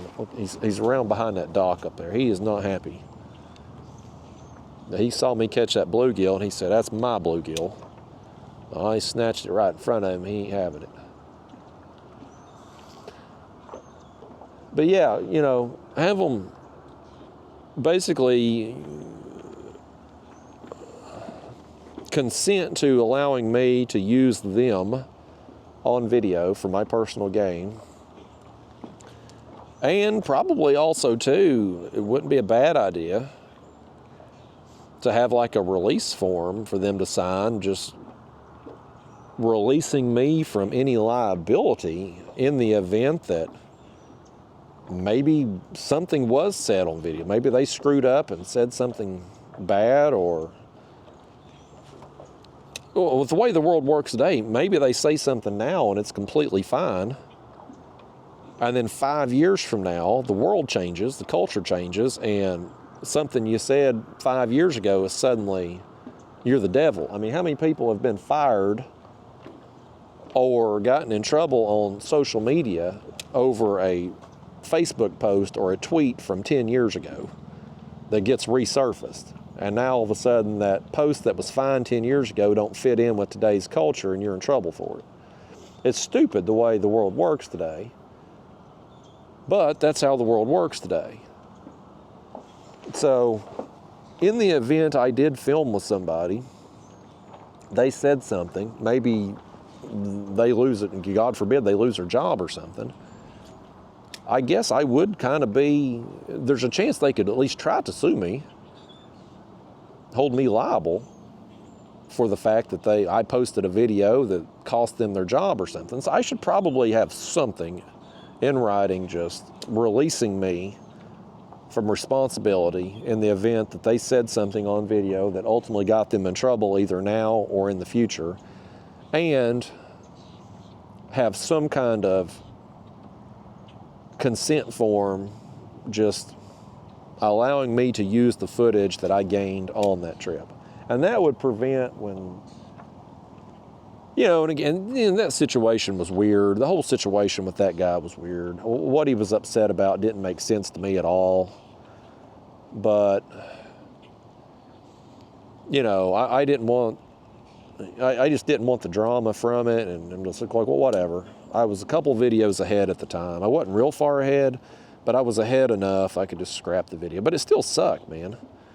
It wasn't just that I lost a day's pay by not being able to post the video, but I mean, I had expenses going down there on that trip. I mean, I drove 2 hours each way. I lost a full day.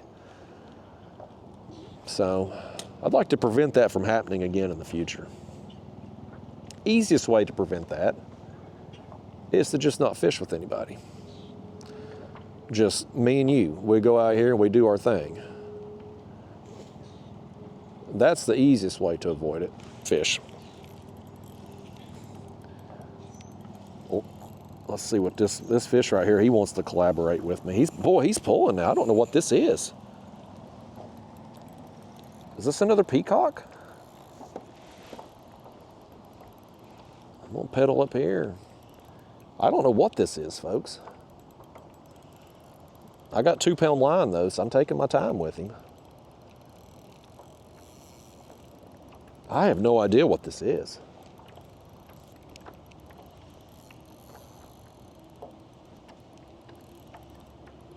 I'm excited to see this.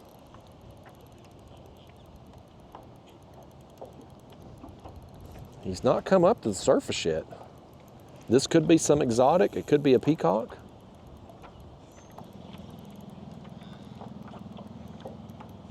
Oh, it's a peacock. We got a peacock here on the Gulp. Come here, peacock. Get that net. There he is, we got him. We got him, folks. Yes, yes. Oh, it makes me happy. Oh, yes. Boy, he's an ornery thing too. Look at him there, folks. He's got that orange up under his jaw there. He's a smaller one than the last one, but boy, on the Ultralight, man. Get out of here, you old peacock. On the Ultralight, it don't take a big fish to get a big bend in the rod. And that thing right there, he was every bit and more of what I would want in an ultralight fight. He tore up our Gulp, so let's get another one here.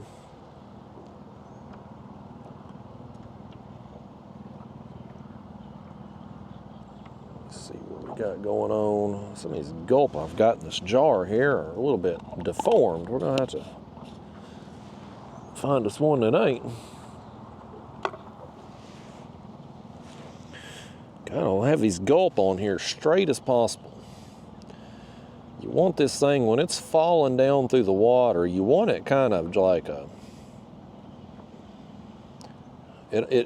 if it's curved at all, whether it's on the hook crooked or if it's got a curve in its tail, it wants to helicopter as it goes down. And you'll occasionally catch fish like that, but you're not going to do as well as if it's straight, because when it's straight, when it falls, the lead, it don't fall completely horizontal because of the lead, but it's so lightweight it kind of darts in and out. I ain't got enough slack to really show you here, but it kind of does that on the way down. And that motion will get you bit on the fall. Let's spin back around over here and make another cast. He was over here in this corner dock over here.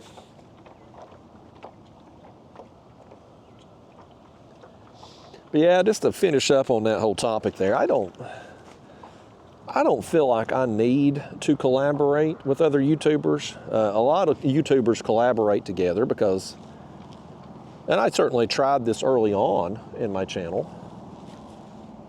You collaborate with other YouTubers in the hopes that you get your channel in front of their audience and vice versa, and you can kind of mooch off each other's viewers and subscribers. And I tried that early on, but what I've come to realize is that the carrot that gets dangled on that stick out there in front of you ain't worth chasing. Because most of the people that come over to your channel and subscribe because you fished with the person they did like, they're just doing it as a courtesy to the people they liked. But they don't end up watching most of the time. So yeah, you might gain some subscribers from it, but it's not subscribers that actually watch. The best way with this heron, he's mad. Look at him, right? That's a big old heron too. I'm moving on, heron. You get on with yourself. But in my opinion, the best way to gain an audience that will actually watch your videos and keep coming back is just to get them organically, to just get them naturally by posting the videos that you want to post, that you like making. That's the best way to grow your audience. So I don't need to collaborate with other YouTubers. Like I do just fine without collaborating. If I'm quote unquote collaborating with somebody, I want it to be with somebody that I have a genuine interest in fishing with, a friend, somebody that I actually like, somebody that I actually enjoy conversating with. That's what I want to do. Not just go fish with people just to fish with people and try to get extra clicks. I don't give a damn about the extra clicks at this point. As soon as this YouTube channel dies off, like I'm done with it. I'm not going to be, I'm not going to be, you see this oftentimes with some of these YouTubers.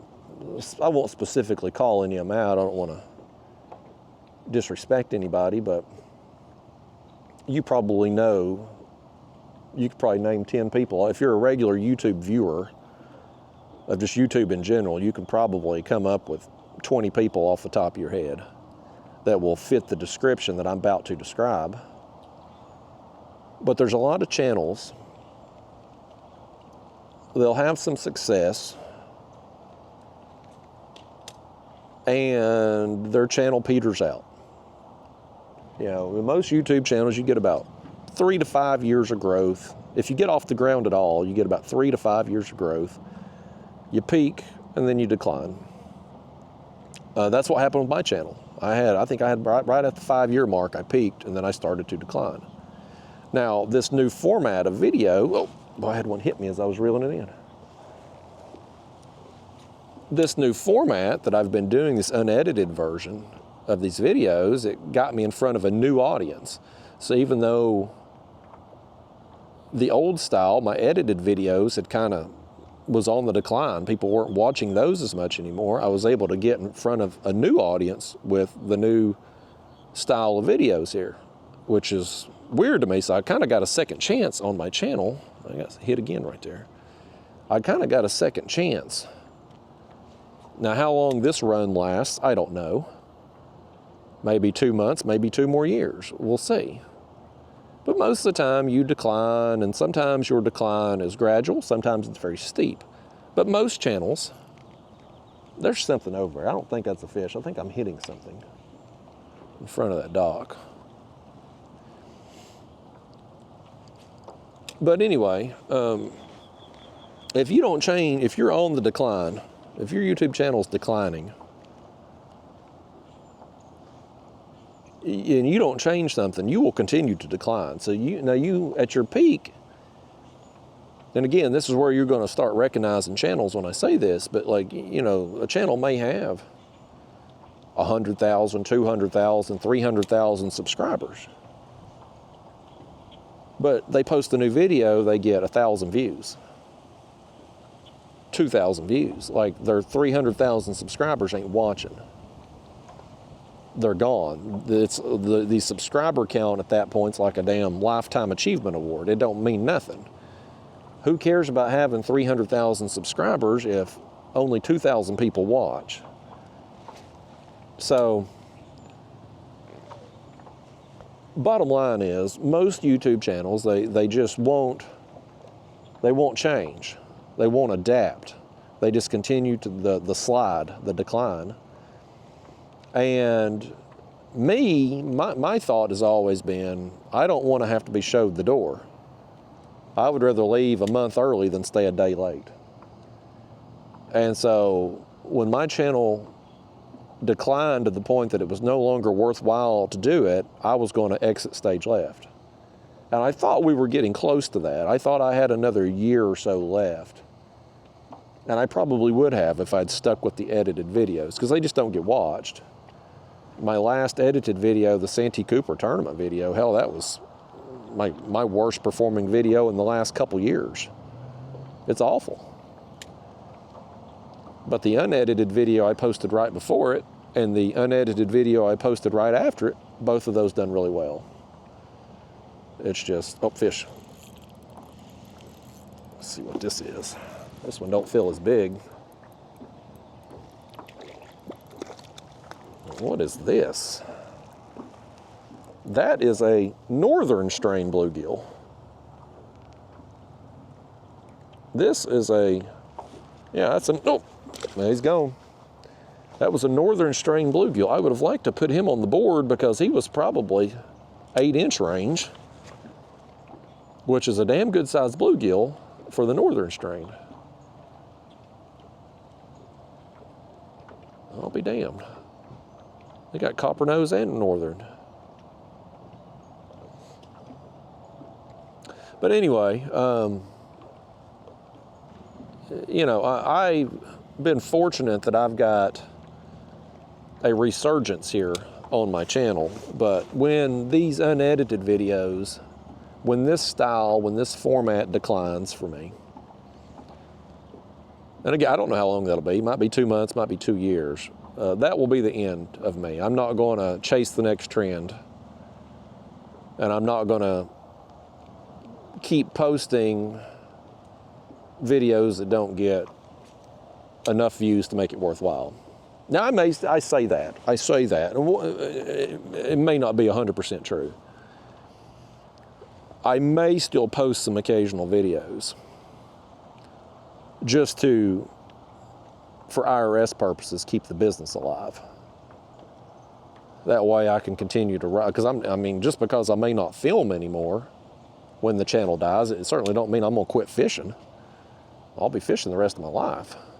And so all the supplies and the gear and stuff I buy, I'd like for that to be business expenses. So I'll have to post enough to make it worthwhile for that. But as far as cranking out like I do now, I won't be doing it. I'm not going to be like these other YouTubers that's got a gazillion subscribers and nobody watches, and they keep doing the same thing over and over and over. Like they just don't get it. Like it's over. And I could understand if they were just doing it for business purposes, for the tax write-off. But some of them keep cranking it out, man. They're doing 2, 3, 4 videos a week, all of the same thing that don't work. It's like, what are you trying to do? You're not gonna, this ain't the zombie apocalypse. You're not coming back from the dead. Like once your channel's dead, it's dead. You're not gonna revive it. I think the only reason I got my second wind here is because my channel wasn't completely dead when it happened. But anyway, y'all don't care about that. I'm just forced to think about it all the time because I have these people from my old audience that don't like the new videos. I had one blasting me last night. He wrote a big long essay. I screenshotted it too. We won't be able to do it today with me actively casting here, but at some point, whether we're at a shark trip this week or a catfish trip back home, I'll pull up that comment and read it to you. It's a good one. Lecturing me on how I'm losing my audience and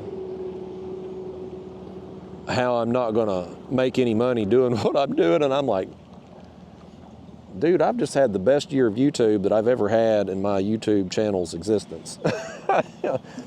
Maybe instead of me thinking that the way I was doing things was the way I should have been, maybe I looking at it now, I think the way I was doing things was holding me back.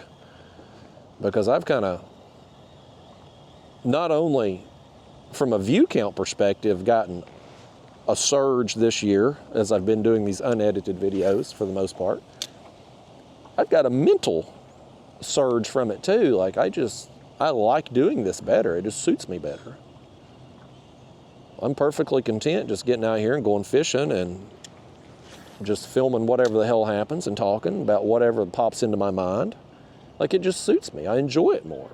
And I go home and I pop my camera card into the computer and I'm done. Like I don't have to sit there and spend half the week editing. I never liked editing, ever. I never really enjoyed it. But it was certainly more tolerable when every time you posted an edited video, there was some excitement that like, oh, this thing could pop, this thing could get a bunch of views. How many people, how many different countries is this video going to get into their house, you know? Like, that was exciting. Once your channel starts to decline, and you know every time you post a video, dang, foot slips off the pedals, I got to get I took these damn straps off the pedals here. See them notches right there? I took them straps off because most of the time I don't use them. But when I'm barefooted, my feet slide.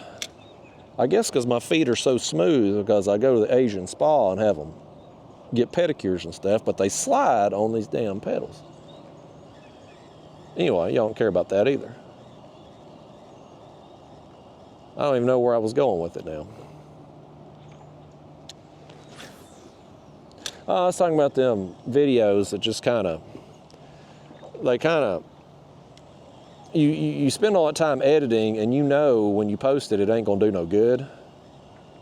Like, it's just hard to sit there and get motivated to sit there behind a computer and do something you don't want to do when you know what you're doing ain't gonna get you nowhere. Like, it ain't gonna get crap reviews.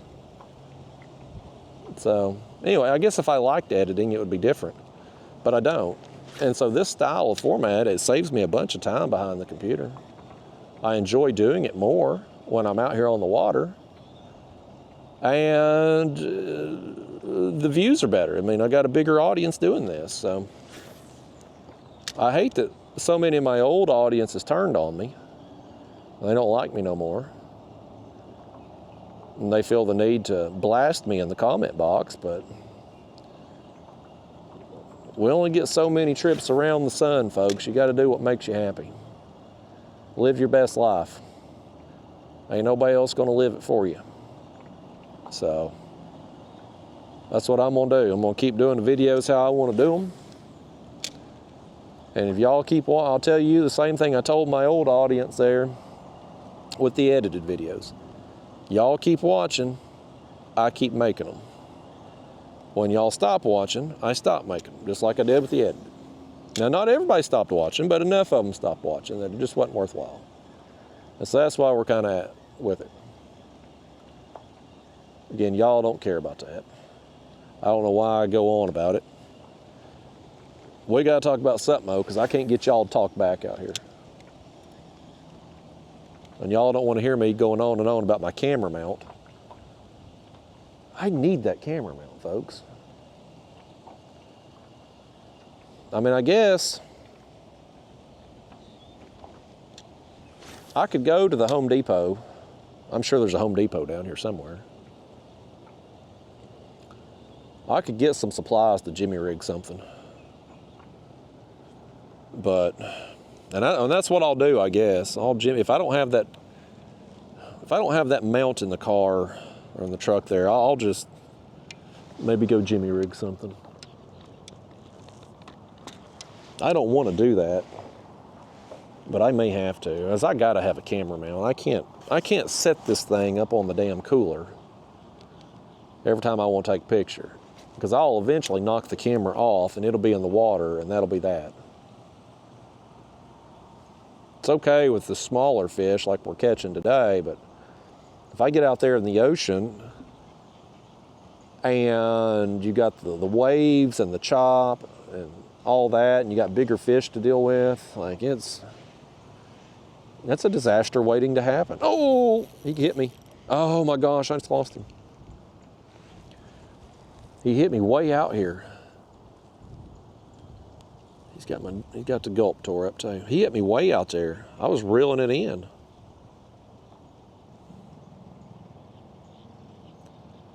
I was done with the cast. I was about to reel in and cast again. That's when he hit it.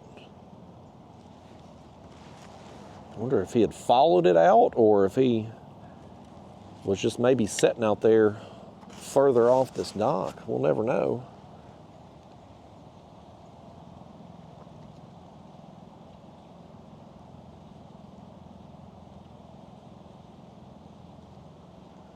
We'll work this dock here real good now that we know there's at least one fish in there. Well, we ain't gonna work that cast because I just nailed the dock.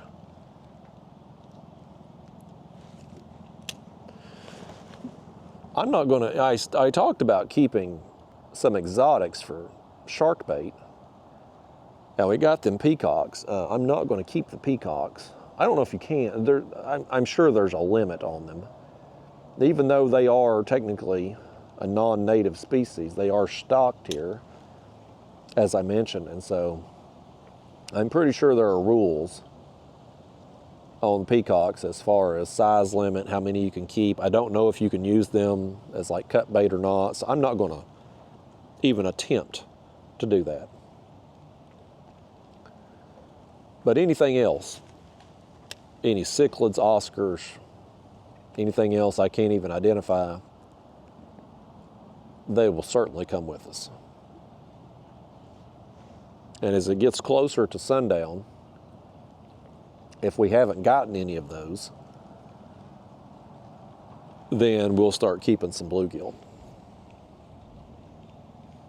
Because I don't know tomorrow, I don't know what I'm going to be able to do, if anything. I'm doing something, but like, with the wind supposed to be up as much as it's going to be tomorrow, it may be too much for me to get in the intercoastal and fish effectively. Like, I mean, it's not so much getting in there and setting up. It's if I hook into a shark and he tows me out a good ways, I don't want to. I can't go out into the main ocean. Like, I can't. The wind will be too high for that. But I could definitely get in these canals and hide, for sure. What I may do is try it in the morning. Go out there and try to catch a shark in the intercoastal in the morning. If that don't pan out, come over here in the afternoon. Because we're not going to cover all this. We're not going to cover this whole area today. These lakes, well, lakes, it's one lake and kind of divided in two with that little canal. It's not very big, but like, we're not going to, as slow as we're fishing, we're not going to be able to cover the whole shebang today. As the wind, boy, that wind, it hit me broadside. Did you see how fast I was moving there going the other way? The good thing about tomorrow, if we shark fish, is we would be anchor fishing. So the wind wouldn't be like affecting our casts and things like that. It could create a little bit of a problem, I guess, if it was blowing against the current. It'd be more choppy. But what I did, boy, we done got our line messed up here now. There we go. Y'all better get it together now. I mean it now. Y'all gotta get your gear together here.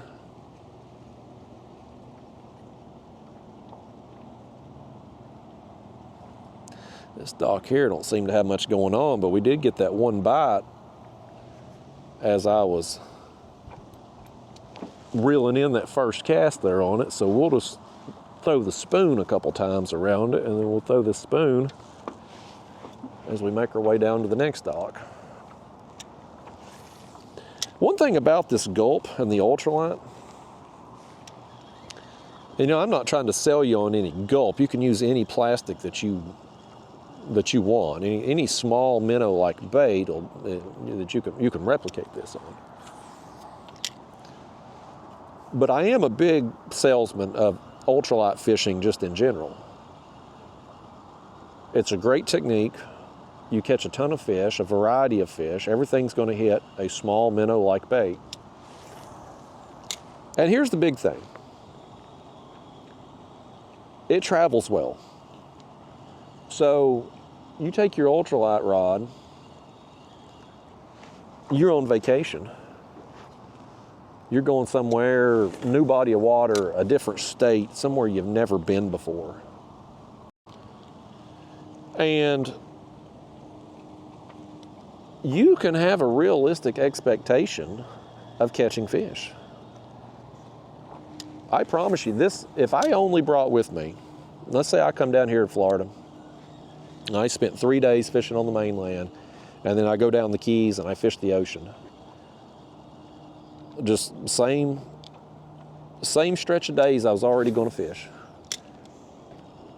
But I only took my ultralight rod and either the Gulp or another small plastic and some jig heads. I would catch fish every single day. Every single day. Because again, it travels well. It don't matter where you do it, freshwater, saltwater, lakes, rivers, you're going to catch something. Everything's going to eat a small minnow-like bait. And so I can come down here. Now granted, I have fished here on Lake Ida before. This ain't my first rodeo here.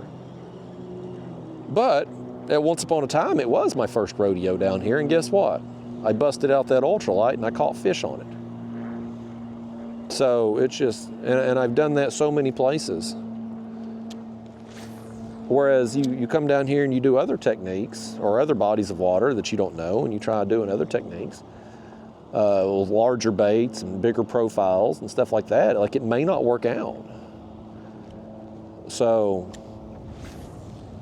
I'm just a big proponent of ultralight fishing. The smaller the lure, the lighter the line, the more action you're going to get. Everybody, when you go fishing, wants to get action. Everybody, that's the goal. Now there's exceptions, of course. There are these people that are they're just trophy hunters. They only care about the biggest fish of the batch, and they're almost annoyed if they catch any small fish. And I get like that sometimes catfishing if I'm specifically looking for big fish and I'm getting pestered with a bunch of tiny dinks. But the problem with that is, it's not so much that you're catching a bunch of small tiny dinks when you're catfishing, it's the fact that the tackle isn't appropriate for the size of the fish. We gotta get all these weeds right here. We're in a bunch of grass right here where we're at. If I was using tackle that was more appropriate for smaller fish when I was catfishing, then it wouldn't be a big deal. But when I'm using my heavier gear for targeting heavier cats and you're catching like 1 or 2 pound blues or channel cats, it's just not any fun. It's not any fun to reel it in on that heavier tackle. You know, you got to match your tackle to the size of the fish that you're after. And that's hard to do. Was that a fish that jumped over there? The dog come running down and something splashed in the water. I don't know what that was. How much you think that dog right there cost? He looks like the kind that would cost a bunch.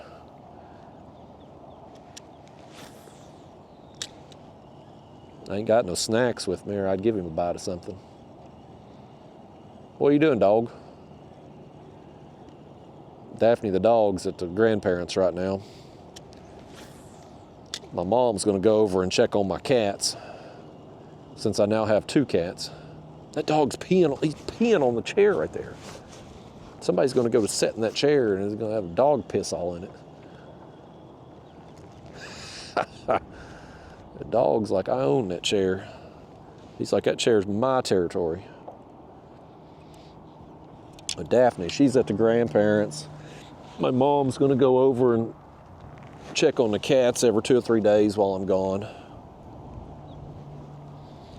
I got that litter robot, so the litter oh, well, I about hit that dog with that cast.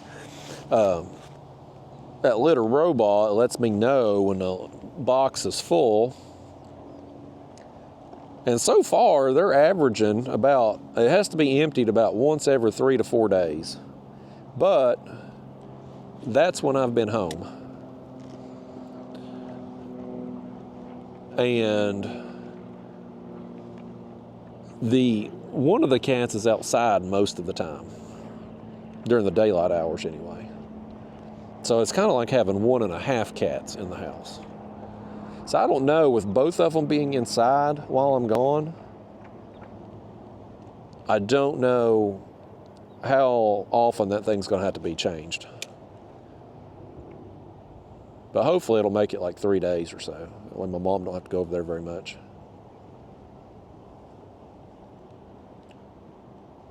Try and get some cast up under this dock here, but it sets pretty low to the water. It's hard to get up under there, and the wind keeps pushing me off it real quick. That was a good one. Then we got up under there then.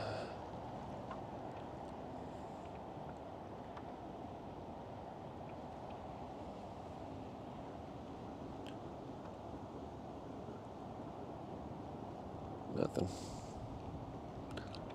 All right, well, let's put this back up and go back to the spoon. We'll just rotate in and out here, folks. That's what we're going to do. We know we can catch fish on both. I think if it was a more active day, a warmer day anyway, if we hadn't had this cold front, I think this peacocks would be hitting this spoon a little easier. I do think the weather has affected us on the exotics. I really do.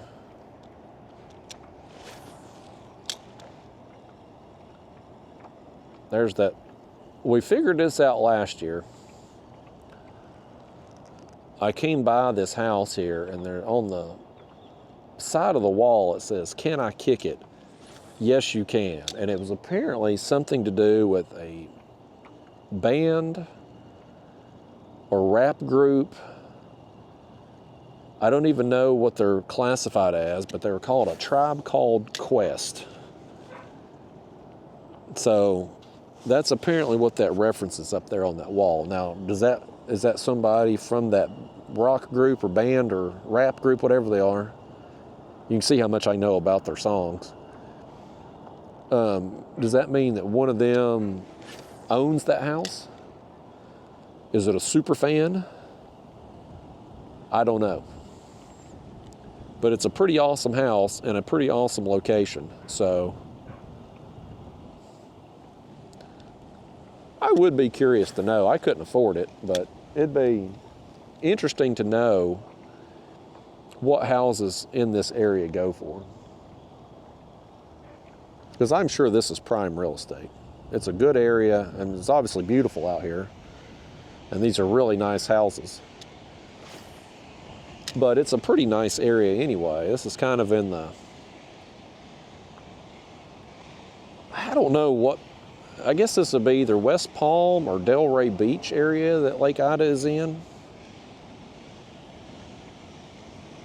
Seems like I passed Delray Beach maybe, and before you get to West Palm, I don't know my way around. GPS takes me everywhere I need to go. But it's a nice area. I'm staying, well, I'm staying in the Keys obviously for most of the trip. Me and my girlfriend, we've rented there's a resort down there, and it's got like 2-bedroom, 2-bath, little, I don't know what they're officially called. I call them like bungalows. They're 2-bedroom, 2-bath, individual units, basically, individual condo units. You got kitchen, living room, laundry area. Like, it's nice. You got your own space. But anyway, we rented that. And it's somebody else's timeshare week, and they're not using it. And it's the same woman I rented from last year. So that, we'll be down there Saturday to Saturday. But these 3 nights I'm spending here, well, I spent last night, and then 2 more nights before the Keys trip starts. I'm staying in Boca Raton. Holiday Inn Express there was the cheapest, nice hotel, I guess you'd call it. Nicer hotel. I mean, it's not Motel 6, but certainly be cheaper. But it was the cheapest hotel in this general area of Florida with good reviews. So anyway, I'm at the Holiday Inn Express in Boca Raton. And it's close. It's like, I don't know, 15, 20 minutes from here. A long drive from the Everglades, but close to here. And very close if I want to go to the Intracoastal and try to shark fish, it's close to there. So it's a good place to stay for a few days.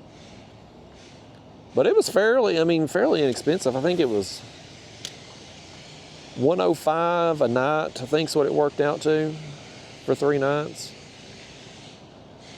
So, I mean, that's not, staying this close to the beach, I mean, it's not on the beach. It's not, but it's, when you're staying this close to the beach, that's a pretty good price. The breakfast wasn't terrible this morning. They didn't have any Raisin Bran, which was disappointing, but their omelets were pretty good, even though I'm sure they're the microwavable fake egg type. They were pretty good. They had some other pastries, which I've tried to get away from that kind of stuff, but I'm on vacation, so I'm gonna partake. They were pretty good. The room was quiet, it was clean, so can't complain about anything there. The parking lot seems okay. Certainly easier. I mean, I couldn't have, if I had had the trailer with me, I wouldn't have been able to stay at the hotel because the parking lot's not trailer friendly. But for me just bringing this kayak down in the truck, it doesn't matter about parking lots, so it certainly seems safe. I don't have any concerns about anybody stealing the kayak out the back of the truck, which I've got a locking strap I run through too, so as long as I can remember to put the damn thing on, ain't nobody's gonna be able to take off with it. All right, let's throw this Gulp up here around this dock. I don't know how far we're gonna work back in this canal here. It seems like last year, the further we got back in it, it got choked out with weeds. So we'll go back a little further here, and if it starts getting weed infested, we'll come back out.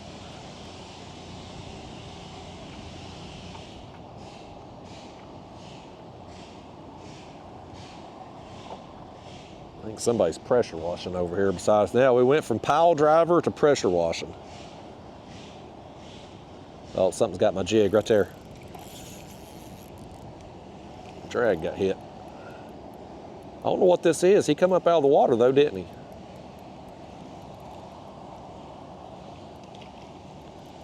Fortunately, the wind's blowing us off this area. Oh, good. That's another big bluegill, man. These things are so awesome, man. Look at this thing, y'all. Look at this thing. I literally had somebody tell me that bluegill can't make it in here. Like this thing right here, they get to be this size, like they're okay. Nothing's gonna mess with them. Nice. Let's throw him on the board too, just for duties and giggles, just because I'm curious. 9 inches. 9 inches right there, folks. There he went. Spin back around, cast over there again. There might be some more with him.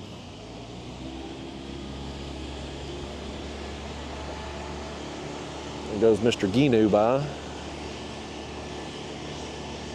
Them things, I've never been in one, but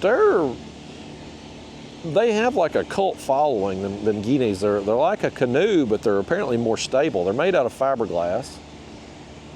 Apparently very lightweight. I looked into them a little bit, but I've never been in one. But they're apparently pretty popular places like this where you've got this, canals to get in and like inshore type places where you're not going to be. You wouldn't want to be out in big water with them because you take water over the bow. You could fill up with water real quick in one of them things, but places like this would be perfect. Absolutely perfect to have one of those. And they'll fly on them things. Oh, here's another fish. They're right out from this dock. Oh boy, look at this one pull.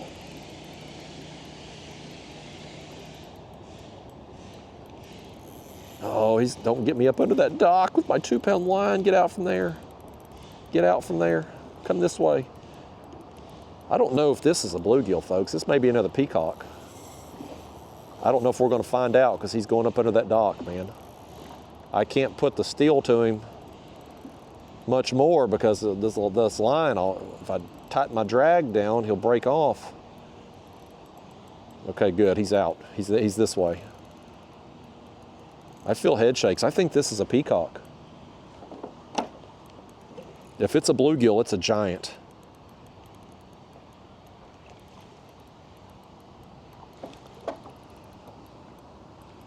It's a giant if it's a bluegill. Oh, what is it? I just want to see you. Come on over here. Let me see you. Oh my gosh, it is a bluegill, and it is a giant. No, it ain't. No, it ain't. We got us some shark bait. I saw the body shape of him, and I thought for sure we had us a giant bluegill, but it is a, I don't know. I don't know. I've been told, I've caught one of these before. People told me. I don't remember. I can't get that hook. There's that hook.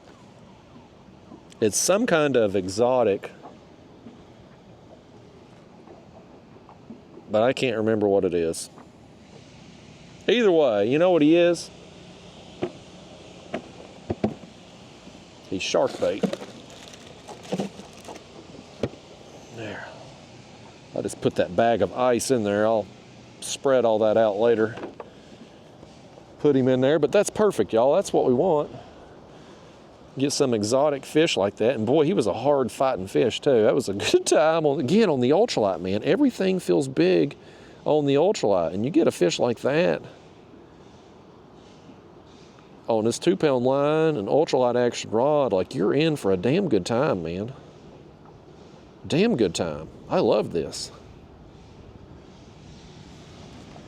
Let's get back over. Oh, we're a long ways away from that dock. That wind has really took us for a ride here.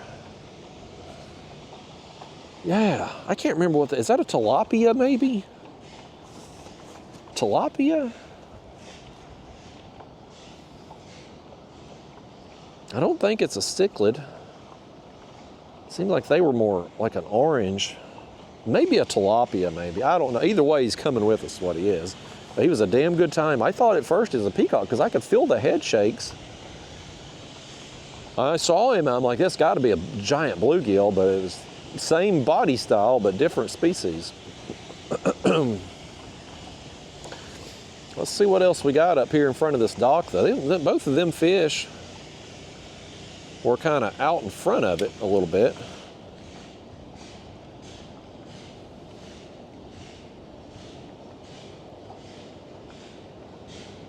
Make another cast. Hopefully the wind will lighten up here a second.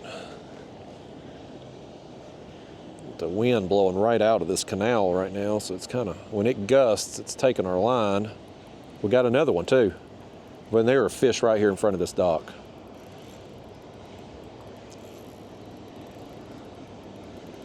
I hope this one's another exotic. I'd like to get 3 or 4 to go to shark fish with in the event we do. Okay, this is another bluegill right here, man. And boy, it's another good one. Boy, look at this thing. I am so impressed with the quality of these bluegill, folks. These are amazing. I just tore my gulp then trying to get it out. He wasn't coming free, buddy. That hook has got him right up under, right around the bone and the lip right there. There we go. I mean, look at the girth on that thing. Look how thick he is, how wide. No, don't. You know what, bluegill? You know what? You keep it up. You keep it up, you're going to be coming with me.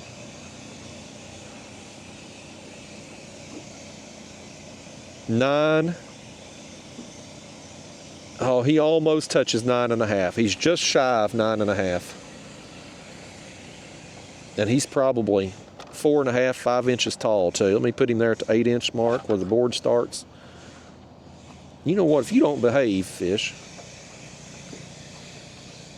He goes from the 8-inch line to about 12 and a half. He's 4.5 inches tall, almost 9.5 inches long. That's awesome. I'm taking him with us, folks. I shouldn't. I don't want to hurt any of these bluegill really, but it's getting later in the afternoon. I don't know if we're going to get any more exotics. The exotics have been, I mean, what do we got? 3 total now? 2 peacocks and whatever that fish is in there. So I may have to keep a couple more bluegill here. That sun is starting to wind down. We've got probably another hour or 2 of daylight, but just to be safe, make sure I have an option for some shark bait. Well, wouldn't that be something right there? Catch some sharks on bluegill. I don't know if it'll work out or not. I don't know if there'll be any. I've fished here maybe it was 3 years ago in the Intracoastal, and I was able to catch some black tips, and they were a lot of fun. But I don't know, it seems like I was here in, I think, January then. And now we're here November now, so I don't know. I don't know if they'll be in there or not, and any good numbers. But if they are, I need something to put on a hook.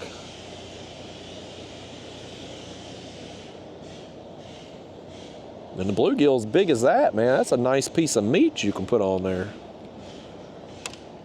I just set the hook on that piece of grass. Did you see that? I set the hook on it good too, didn't I? I launched that thing back at us. I'm going to have to switch this gulp out after about 1 more fish.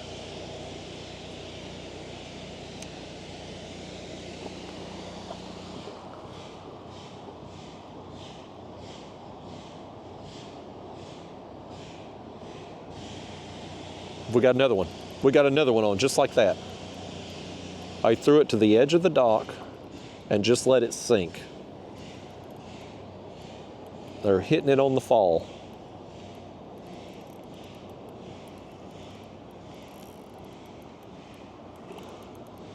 Let's see what this is now. I still can't, he won't calm down enough to get a good look at him. I think that's another big bluegill. It is. Another copper nose. This one ain't as big as the last one, but it's a way bigger bluegill than what I have at home. That's for dang sure, man. Get him in the light there so you can see him. I'm not gonna throw him on the board, but he's over 8 inches for sure.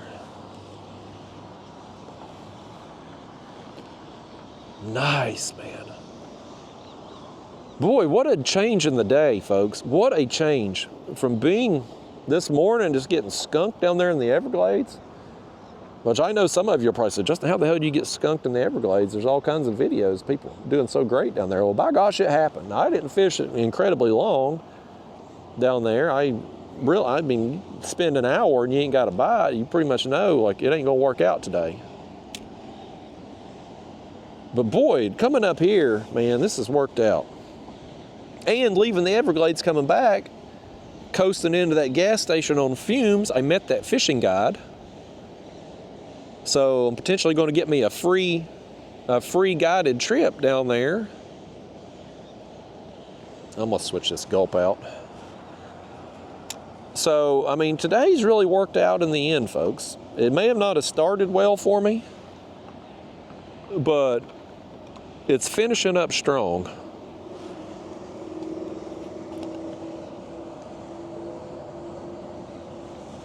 We leave here today. I'm gonna look in the truck, see about the camera mount, which I don't think is gonna be in there. I guess I'll have to get on the GPS, look around. I really don't want to go all the way back down there. If I knew for sure it was laying on the ground down there, I would totally do it. But it may, if it was still on my kayak, it may have been thrown out going down the highway. Meanwhile, I could make a makeshift DIY mount out of some PVC. Well, you know what? No, I can't. No, I can't. Because I ain't got no drill. I could buy the PVC in a PVC tool. Are you kidding me? Why the hell is that guy going 100 miles an hour down a canal that's 20 foot wide? What an idiot. Well, there's some stupid people. There's stupid people all over the world, but there's some really stupid idiots down here in Florida. 20 feet wide down there, he's doing 100 miles an hour. Idiot. Now he's scared all these birds going over top of it. They're probably going to crap on her head.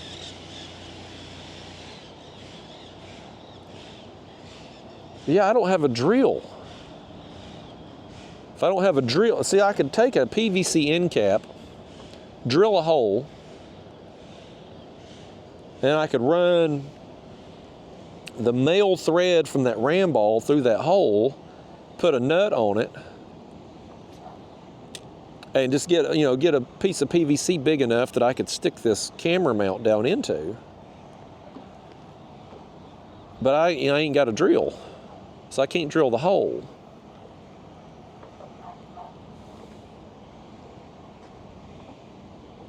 And it ain't like I know somebody down here that can let me borrow a drill.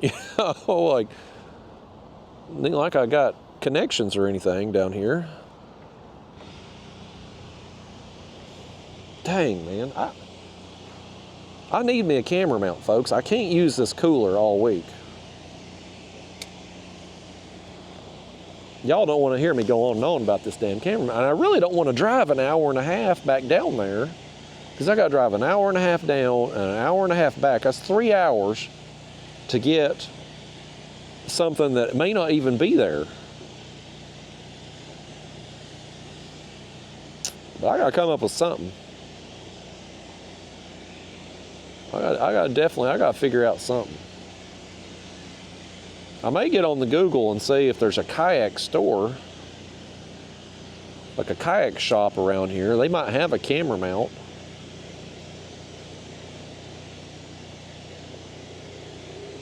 Oh, you know what? Well,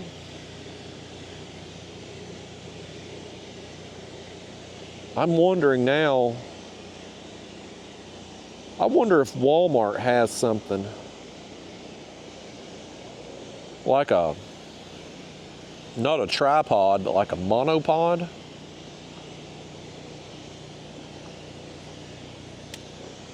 They might have something like that. If it had a female thread on it, then I could screw it into that ram ball, and I could zip tie me a piece of PVC big enough to put the camera into. Then I wouldn't need a drill. I'm just thinking out loud here, folks. I'm talking out loud in my head. This is, by God, you come fishing with me, this is what you get. We're just brainstorming here. I'm sure many of you all out there will probably get in the comment box and come up with some pretty awesome ideas of what I could do. But by the time this video comes out, I'm already back home. So it won't help me. Oh, fish. Boy, that one, I worked it out a good ways from the dock right here. Here he goes. He's up under us. He was a good ways out from the dock. Oh, what is this? What is this? Oh, that's a peacock. I wasn't sure what that was when he first come up. Small peacock, but it's a peacock. As the wind is, here we go. The wind just blows us every which way. This kayak, it's very, very maneuverable. I mean, this thing, I can turn it on a dime, man. Just pump my feet real fast, turn the rudder all the way one direction, and it'll almost spin in place. It's awesome. But if there's a downside to that, the fact that it is so maneuverable, is because the bottom of the hole design, how it is. And that, when you're fishing in the wind, it's going to blow you very easily. It's going to move you. So you get the good with the bad with everything, folks, and that's the drawback to having a kayak this lightweight and this maneuverable. It's going to get you tossed around a little bit in the wind, and it don't take us, as we're seeing today, it don't take a very strong wind to do it. I'm just going to work this jig on out a little bit from this dock. Fish it out slow, twitch it a little bit. Yeah, I'm sure plenty of y'all will have great ideas, but it'll be too late. I can't upload while I'm down here. My internet speed, whether I'm at the hotel tonight or down there at the resort in the Keys, I'm not going to have good enough internet connection to upload. At least not the size of the video files that I'm going to have from these unedited videos. So I've got to, fortunately, I caught enough fish last week at home to be able to have videos scheduled out so that we wouldn't have a disruption to the video schedule for those of you that come along with me regularly. But as far as you all helping me out with a camera mount solution, this pressure washer's going at it again over here. Any ideas you have in the comment box ain't gonna help me out today because I'm gonna have to come up with something. I just hate to drive 3 damn hours round trip and it not be there.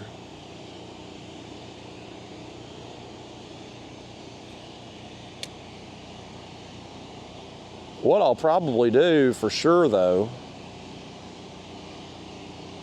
whenever I pick my girlfriend up Saturday, there's a fish. Oh man, oh, here we go, buddy. Here we go.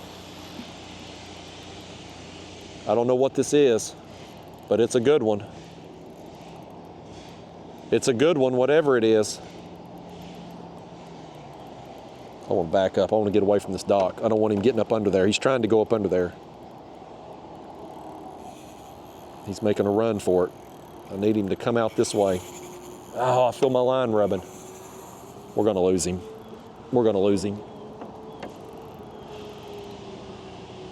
I can't tighten down on him, and he's around that dock pole. Oh my gosh, he's around it. I can't believe we haven't broke off. I literally feel my line rubbing. Oh, there it went. I knew that was doomed. When I saw him going for that dock, I knew we were in trouble. I'll show you what I'm gonna do. I'm gonna cut my line.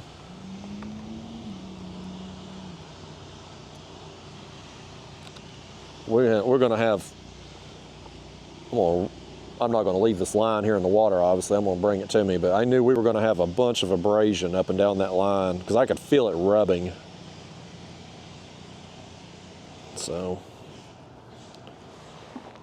we were doomed on that. We'll just cut part of that line right there. We won't have to worry about any weak spots on it. Get us another jig.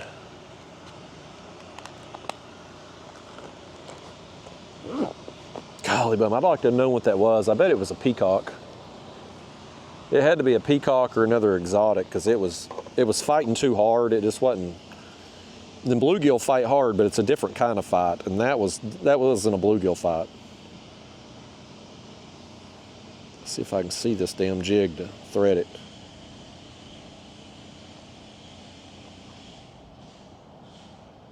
There we go.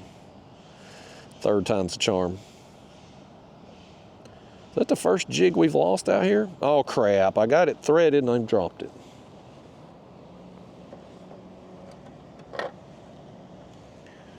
Let's try that again.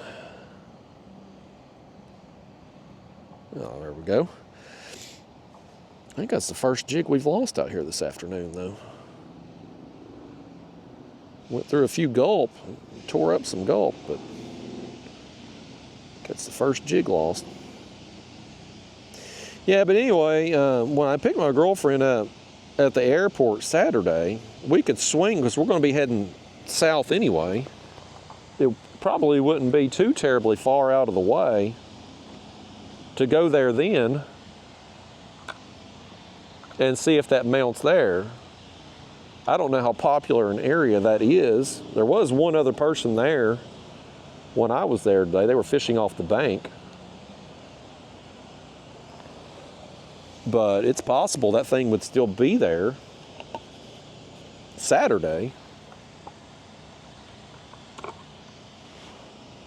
And it'd be more convenient to go there then. But I got to come up with something. I got to. We can't use, we'll get by with the cooler mount today. We can't do it long term this week. All right, I'm ready to catch another fish now. I'm gonna ditch my sunglasses here. Don't need them anymore. Sun's down far enough now. I had thought we would bust out the topwater plug as we got closer to dark, but I'm still not seeing any surface activity anywhere. I've not seen it, heard it. Of course, you can't hear much with pressure washer man over here. We can't get away from it today, folks. Between the pressure washer and the pile driver, we're going to have all kinds of bad sounds on camera.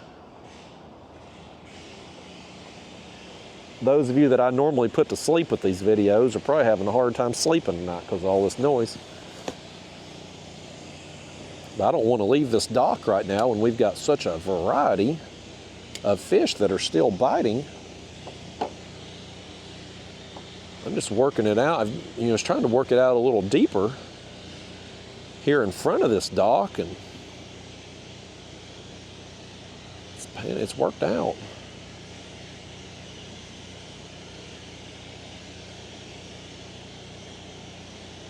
We just, when they make a beeline for that damn dock, what are you going to do? Because you can't, 2-pound line, you can't crank down on them because they'll break it.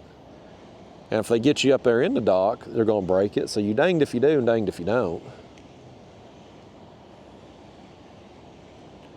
But it's fun until it happens. That was a good time, man. I was excited. I was excited while it was going on. He was pulling, and I was trying my best to steer him away from it, and I just couldn't. He knew where home was. He knew where to go. He knew how to get to safety. He'll have that damn jig listed on eBay next week probably. He'll be trying to sell that thing. I can't blame him for it either. Hell, if I'd been caught with that jig and got away, I'd probably want to make a mount of it and picture and all that, treasure it forever. That'll be over somebody's fireplace when he's done with it.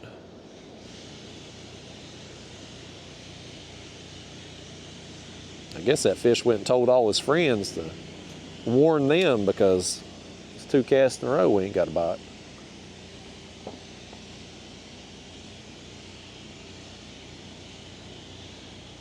I should have looked what time sunset is here. Being this far east, I'm sure it gets dark a little earlier than what it does at my house. I'm still, I'm in me and Florida both in the Eastern time zone. But I'm farther west at home than what I am here, so the sun's going to go down sooner here than it will there. At least I think. But either way, it's a public park that I've parked at there, so it's not like I don't have any concerns of anybody damaging my car there. Now, the place I was at in the Everglades earlier, anything could happen down there. You're just pulling off on the side of a road, basically. But in a public park, especially with as much traffic as this one gets, it's a very popular park. People out there with their dogs, walking trails, all that, picnic tables. It'd be hard to bust out somebody's windows in that situation. You can't steal a catalytic converter when there's 50 people around. Well, hell, I say that, and by God, it's probably happened.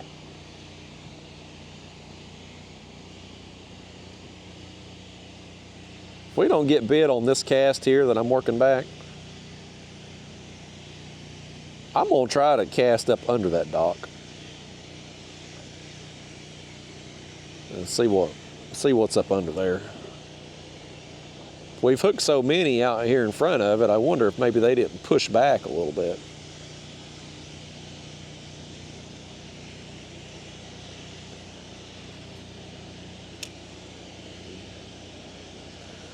We got that one up under there a little ways. We'll see what happens with it.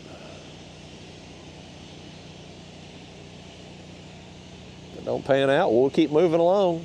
There's plenty more docks to fish. We really haven't, I mean, for as long as we've been out here, we really haven't covered much water.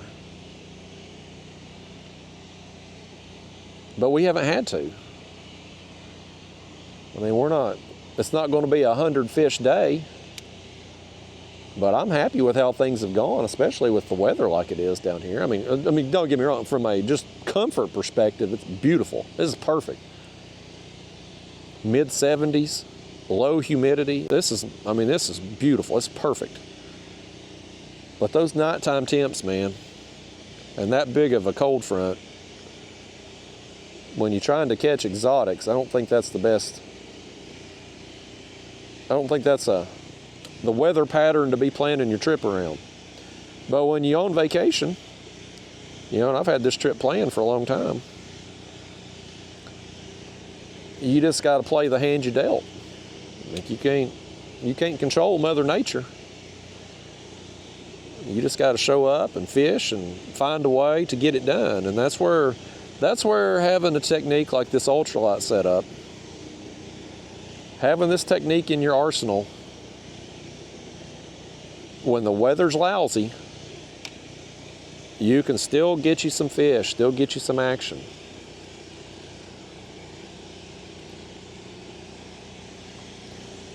We're gonna move on, I reckon. I think we've shut them down over here.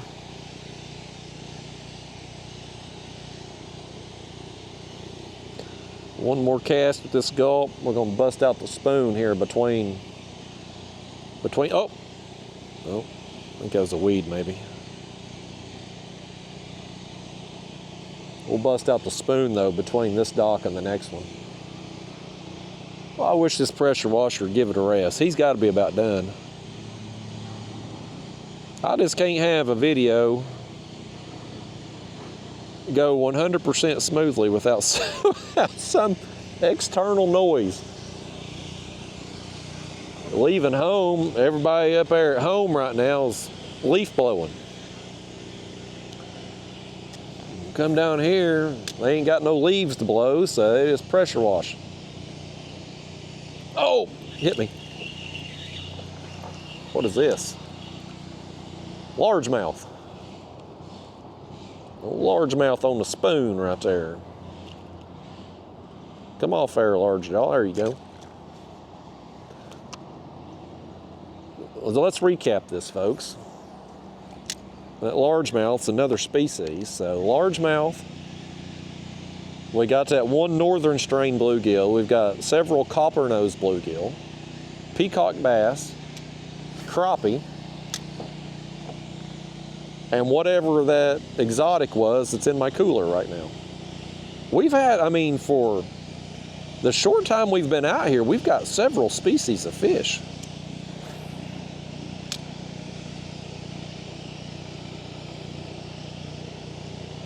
It's real hard for me not to just come back here tomorrow. Yeah, I mean, like I want to catch me some sharks, and if I could get on them, great. But man, I love this. This is just fun.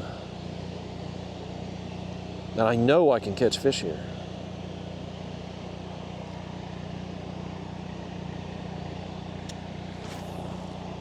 If I lived down here, I would fish this place regularly. Because I mean, it's just, look at this girl right here. She just picked up a handful of crap. Her dog just pooped in that yard, and she just picked it up.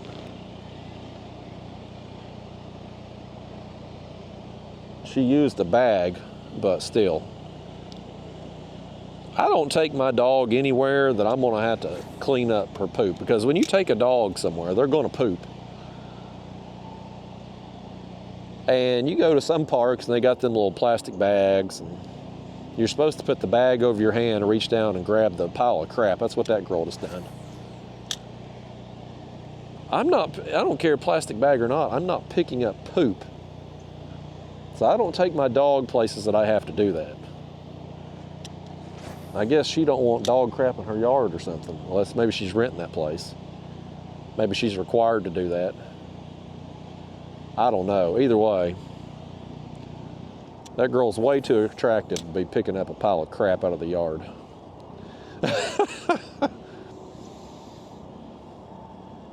She went from being a 10 down to about an 8 when she had that handful of crap. Okay, let's make some more casts with the Gulp right here around this dock.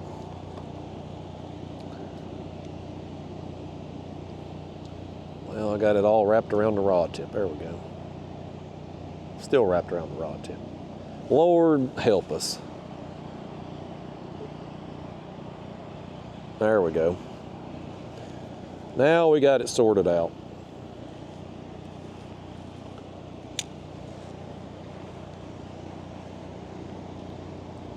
Yeah, it seems like, I'm pretty sure last year we didn't fish down very far in this canal because it had, I mean, I see weeds floating here too, but it seems like it was kind of choked out with weeds, like we couldn't go back very much further. It's been a long time. I can't remember that well, but I thought it was this one because I remember the Tribe Called Quest thing over there on the house.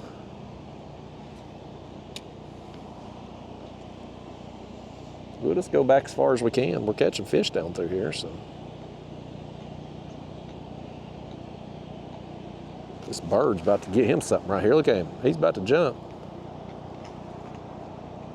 I thought he's going to jump down there and get him a bite or something. I think I got nipped right then.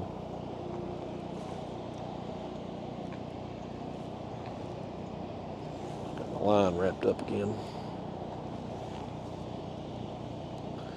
I did bring extra line with me. I brought my spools. I buy them 10,000 yard spools. And it allows me to change my line more frequently, so if you catch a bunch of fish, your line starts, it ain't as good after a while. I won't switch it out after today's trip, but after the next session, I probably will. Because we're going to be using this rod and that light action rod a lot when we're down there in the Keys, fishing around the bridges and stuff. I got that light action rod specifically for going down there because last year using the Ultralight along the bridges, throwing that shrimp on the jig head, I was catching a bunch of fish. But a lot of the fish were toothy and they would easily break this 2-pound line. And so I didn't want to have too heavy of an action, but I did want to have a little bit heavier line and a little bit more backbone when you hook into like a bigger snapper or something. So I went with the light action with 6-pound line. And I really don't know how I'm going to feel about that rod because I wasn't able to really catch much on it. Well, I hooked one big smallmouth and I lost it. And that's been about all the action I've had on that rod since I got it. So I still don't really know how I feel about it other than the fact that I don't really care for the handle. I like this old style of St. Croix Panfish Series rod has this cork handle right here, and it feels good. It's comfortable. It just feels natural to hold it like this. The new one there with the plastic handle, it just don't. I mean, I'm sure the rod quality's probably fine as far as the blank goes, but the grip, it just ain't the same. And they've raised the price. I'm pretty sure when I got this, now granted, I got this, I've had it at least 8 years that I know of because I've been doing ultralight videos on this channel for 8 years. But I had it longer than that. But I'm pretty sure the price when I got this was $110, and they're $140 now. So prices went up, but I mean, that's the way the world works. Things go up, inflation. But, I mean, if I'm gonna spend $140, I would just assume go ahead and spend $150 and have me a cork handle. Like, charge a little bit more on top of what they're already charging and give me a better quality handle. Like, I'd pay an extra $10 to put me some cork up there. But that ain't an option. That's what you get now. It's everything's going to plastic. Oh, I set the hook on something there. I don't know if that was a fish or weeds.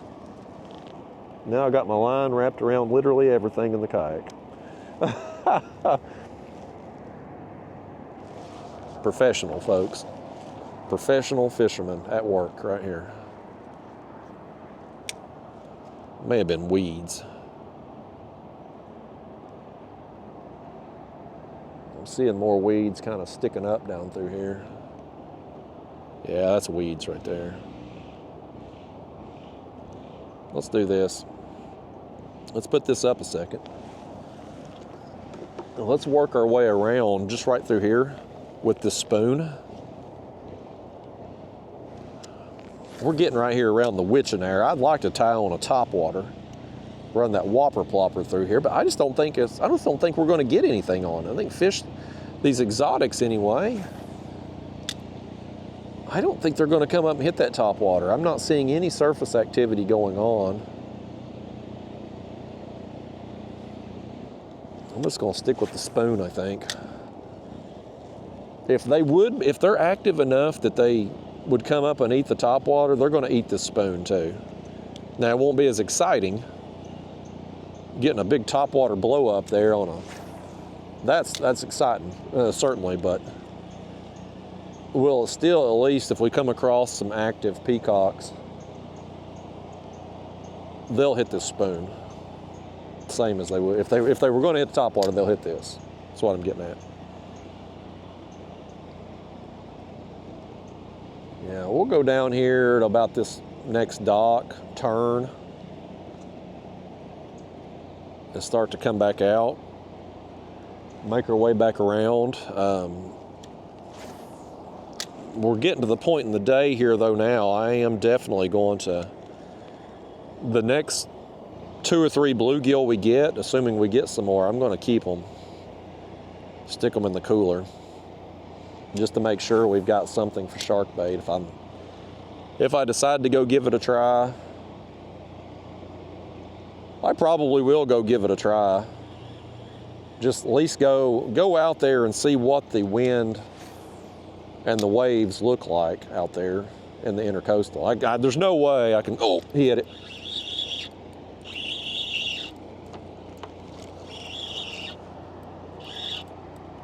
Peacock. Small peacock, but it's a peacock. Oh. This pleases me so much, y'all, to know that this spoon is working out. As Hannibal from the A-Team would say, I love it when a plan comes together. And the plan has come together. If I had another one hit me just then, or if I come across some weeds. My plan too with this spoon is to troll it out there in the salt too. Once I get down in the Keys, I'm gonna try trolling some barracuda tubes.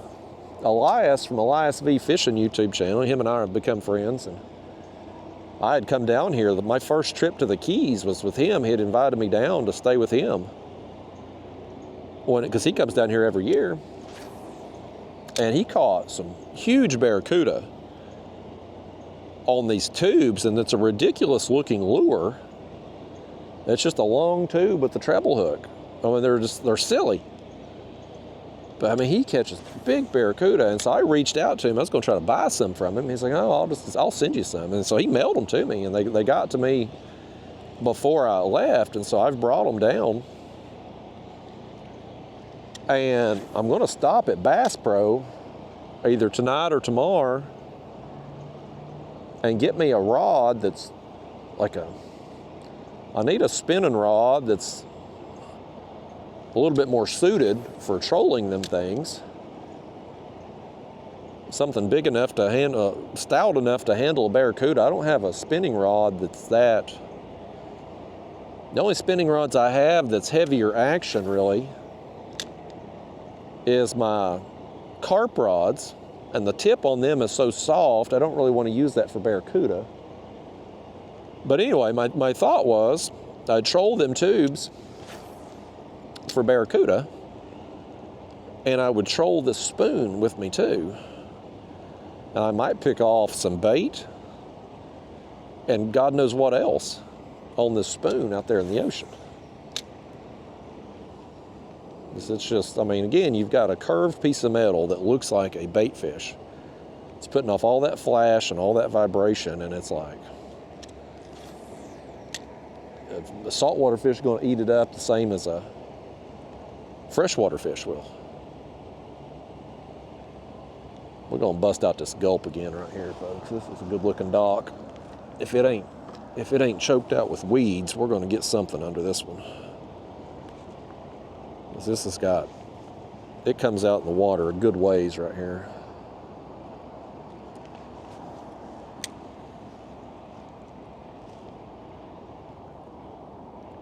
I'm just expecting any second to feel that thump.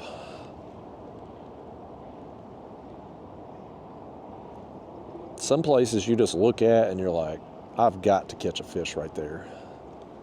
And based on how we've been getting fish today, that cast there ain't gonna get it done. But how we've been getting fish around all these docks, this one right here just looks really good. It's kind of like that first one we fished that comes out a little bit. I don't know how deep it is.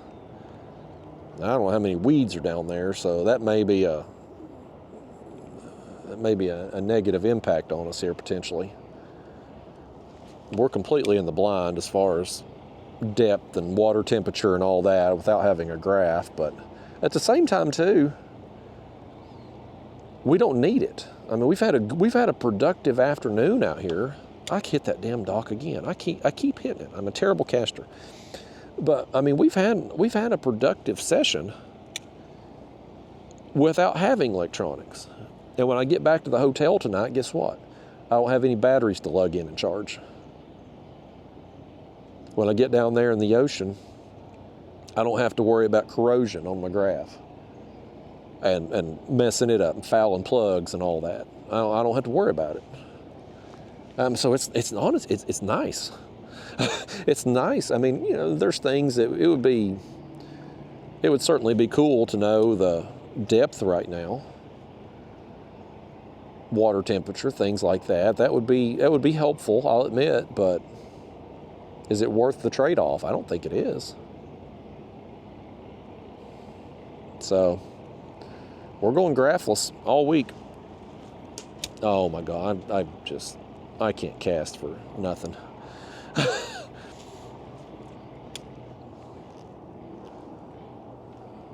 People are sitting up there on their porch too, seeing me pound their boat here. I don't think they're paying attention to me.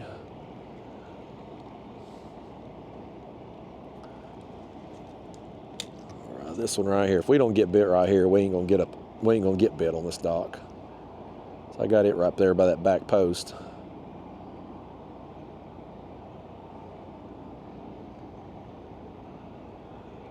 We got one. By gosh, we did. I thought for sure, like if we ain't getting one there, we ain't getting one. Oh, it's another good bluegill too, man. There's bluegill up under all these docks, folks. All these docks have these copper nose. This one here's got something wrong with him. He's got the cooties right here, folks. He's got something sores down his back. Give me a second here. I'll show you when I get this hook out. There we go. Look at that right there. It's either a sore or something's bit him, maybe. we're gonna take him with us. Like I said, we need some bait, and we're getting here this time of day, and we're still going to get bit right here. But bluegill, and this is just my experience back home, but bluegill, it seems like as it starts to get dark, the bluegill bite tapers. And I don't know if it's just back home, because them fish they're prey. They're predators. They're attacking and eating other fish and insects and things like that. I mean, bluegill they are a predator fish, but they are also prey. Oh my gosh. There goes me a copyright ding because that idiot's blasting his music at volume level 100. That other idiot that went through on the jet ski earlier, he never has come back. Fish. It's another big bluegill right here. Another big bluegill. We're going to take this one too. What will this be? 3 bluegill and that other exotic. This one here ate the jig kind of deep too, so this one may be a good one to take with us anyway.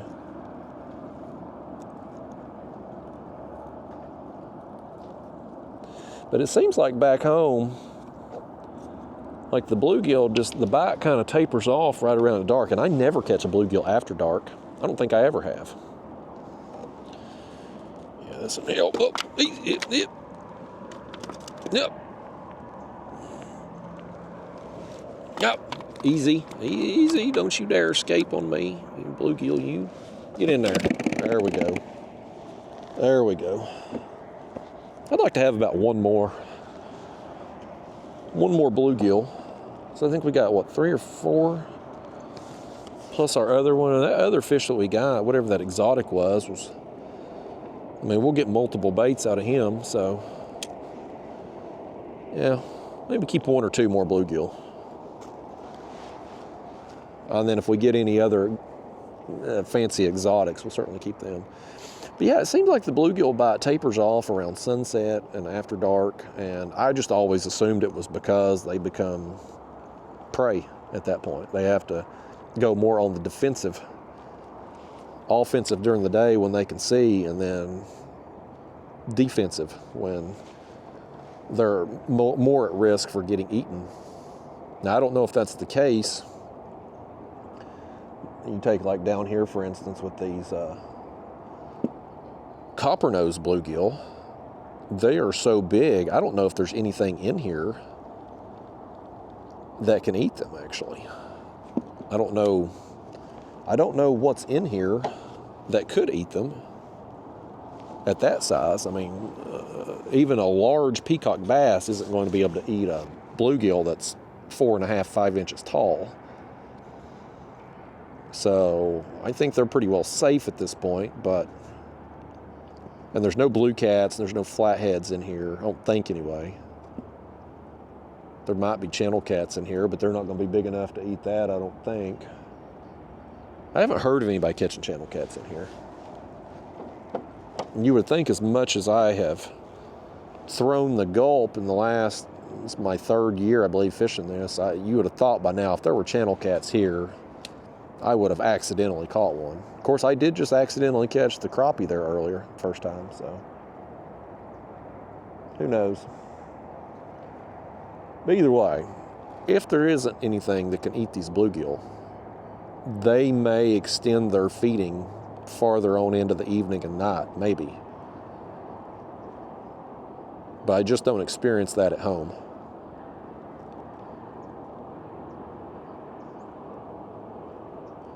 Let's make one more cast up under here, and I want to throw that spoon a little more. May work our way down to that next dock, potentially. There's a hot blonde girl over there at that house. We should probably make our way down there. If I can get her on this video, I'll get extra views for sure. That's what all the other YouTubers do. Put some hot chick in the video, get extra clicks. That was an awful cast. I'm gonna let it sink down though, and then we're gonna go back to the spoon for a minute. I see some weeds out in front of that next dock down there, so we'll see. We'll see if we can fish it when we get down there or not.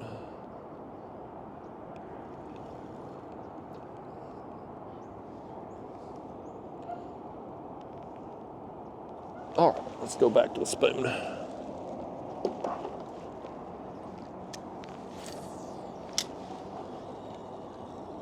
Slowly move our way down. Cast the spoon, work along the... There's definitely weeds over there. I just don't know where they end. If we could work this along the weed line, though, man, we'll have a real chance at busting something. Just don't know where that weed line just happens to be at.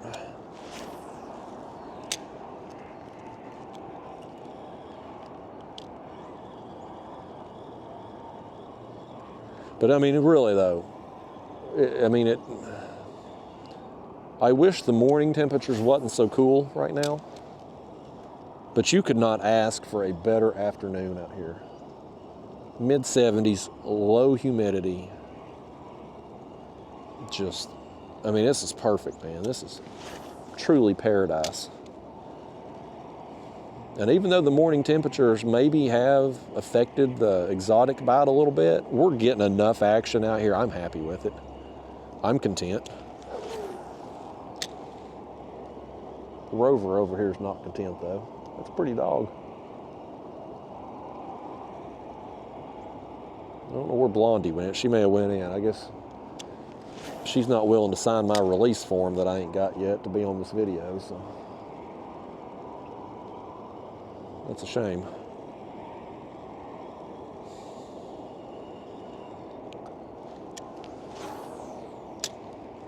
Yeah, we're gonna make a few more. We'll make some casts around this dock right here. The Gulp, see what happens. It's another dock that comes out a good ways, so should at least be over a little bit deeper water over here toward the end. It's a little higher up. The floor of it's a little higher up, so we can, even with my poor casting skills, I should be able to maybe land a cast up under there a little better. I don't know if that'll affect the fish under there or not, but let's try and see.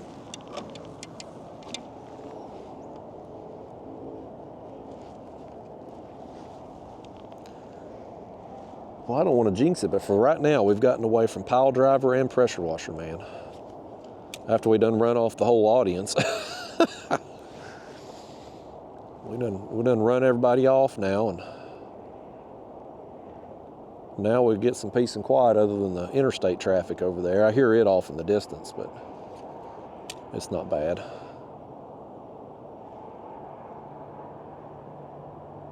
I don't know where that girl went. She must have went back inside.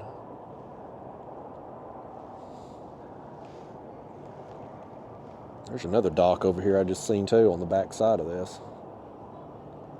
We may make a cast or two over there. It did as well. I do wish we was able to know how deep we're setting right now.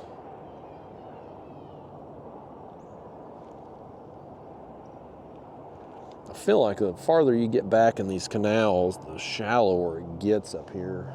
Some of these areas here by the shoreline, but me feeling that and me actually knowing that are two different things.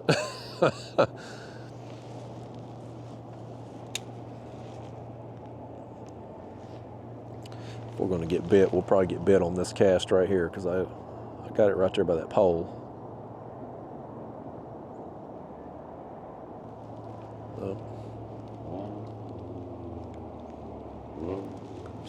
Just throw over here. I want to cast and reel a couple times up here close to the surface like we would with the spoon, but I don't want to take the time to get the spoon back out again. Just going 20 yards here down to the next dock. I need to slow down, is what I need to do, but I'm feeling like I'm speeding up because I know I'm running out of time. The park that I launched at, it says, there's a sign when you come in that says open sunrise to sunset.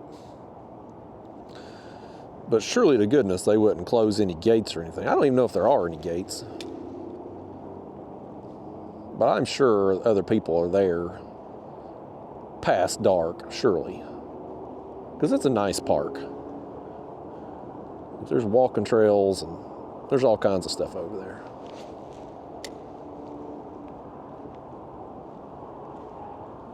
Yeah, I don't see Blondie. She's went in. Well, that's a shame. Something splashing right there. Let me just let that sink down. That's the first splash I've seen in a long time right there, folks.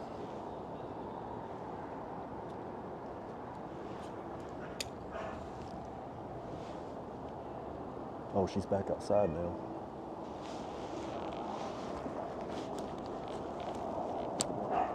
Y'all can't see her because of the trees.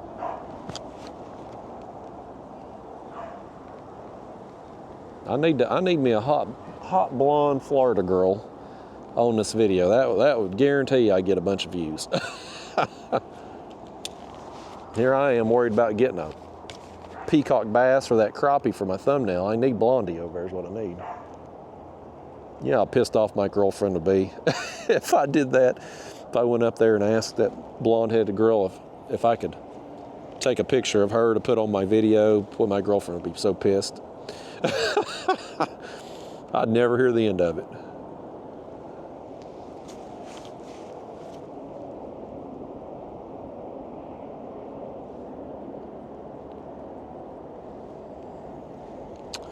I feel like the farther we're getting in this canal, the less action we're getting. This is going to be the last dock we fish here going down this way. We're going to turn in a second and we're going to work the spoon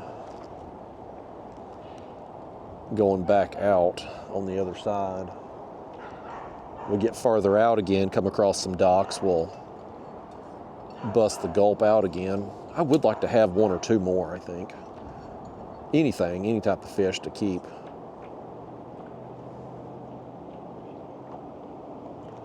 These coppernose, man, they seem to be pretty prevalent. It seems like in the last couple years when I've got on them, they've been, like I'll get on a school of them, maybe on like one or two docks, but like that's it. Like you're not catching them. It don't seem to be as widespread, but like all the way down through here, I mean, granted, we've not fished a huge area today, but like we've caught coppernose consistently all the way down through here. And so maybe they've been more widespread all along and I don't really realize it, or maybe the last couple of years the population's just growing. Maybe.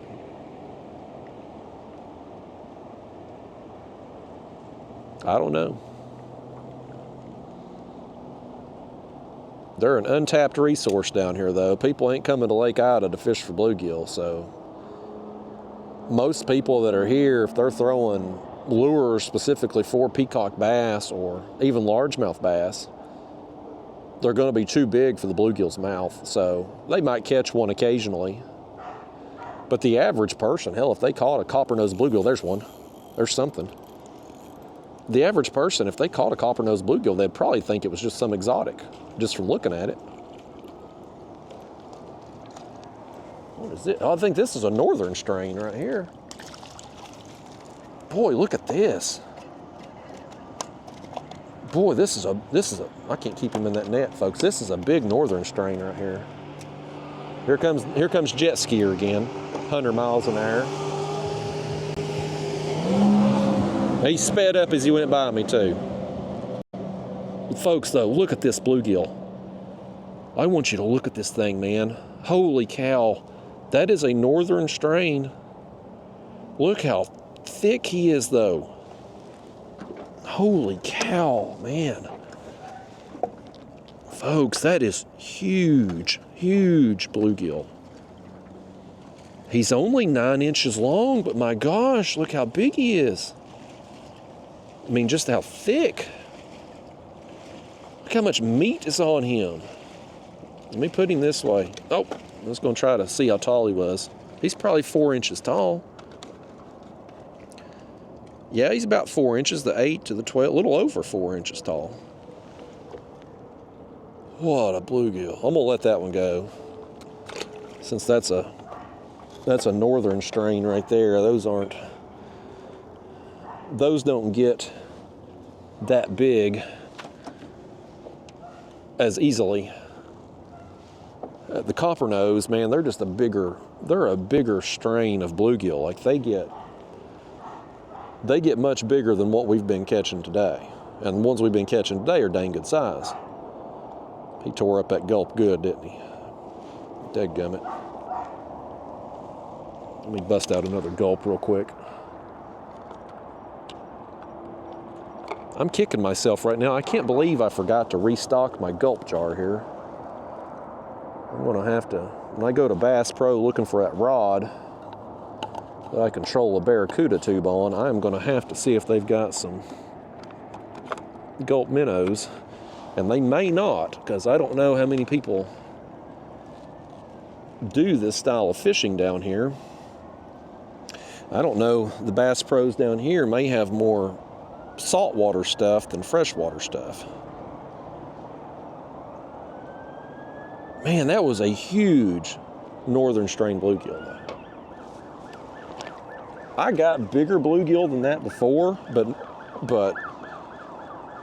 public water, that's kind of rare. Like the biggest bluegill I've ever caught, I was fishing a pond that was managed specifically for growing bluegill. Like there's a guy in Tennessee, I done forgot his name. It's been, I think I fished with him in 2013 or 2014. So, I mean, it's been over 10 years. But he has a service, he grows bluegill. Like he will manage people's ponds. He has a guide service and a pond management service. And so what his deal with people is, at least what it was when I fished with him, was he would manage people's ponds for free.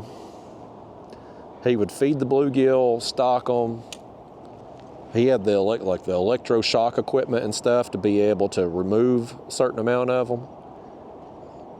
And he would do all that for the homeowners or the property owners for free in exchange for being able to bring clients out there who booked guided trips with him. So anyway, I booked a trip with him. I booked him 2 years in a row.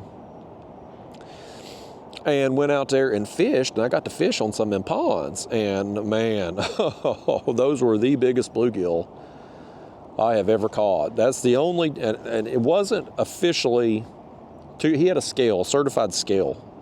We were in a little John boat out there. The biggest bluegill I caught was 1.99 pounds. I'm like, we got to round that up so to say I got my 2-pound bluegill. But it was 1.99 pounds. It was massive. It was a damn dinner plate. Now, I tell you, man, the bluegill in those ponds that he managed, what was his name? I think it was Walt something. Walt something. I'm terrible with names. But the bluegill we were catching, man, your average size bluegill would be a pound. They were just so big. They, a pound in size for an average. Why is this guy blaring this damn music going beside me? He's got his stupid ass shades on too, looking like Jose Canseco when he was roided up in the 80s. I wish he could see just how stupid he looks riding that damn jet ski through this canal. What an idiot. I hope I don't get a copyright ding because his music. I don't know why they got to play it that damn loud for. Nobody has, all these people here, and they're in these houses, they're trying to relax. They're on a beautiful piece of property. Nobody wants to listen to that crap. They already got to listen to sirens going by. No respect. This generation now has got no respect for nobody. These people in Florida done gonna set me off tonight. And I ain't gonna be in a bad mood today because I've had a good day of fishing out here, folks. I've had a real good day of fishing. I don't want to ruin it because some knucklehead on a jet ski.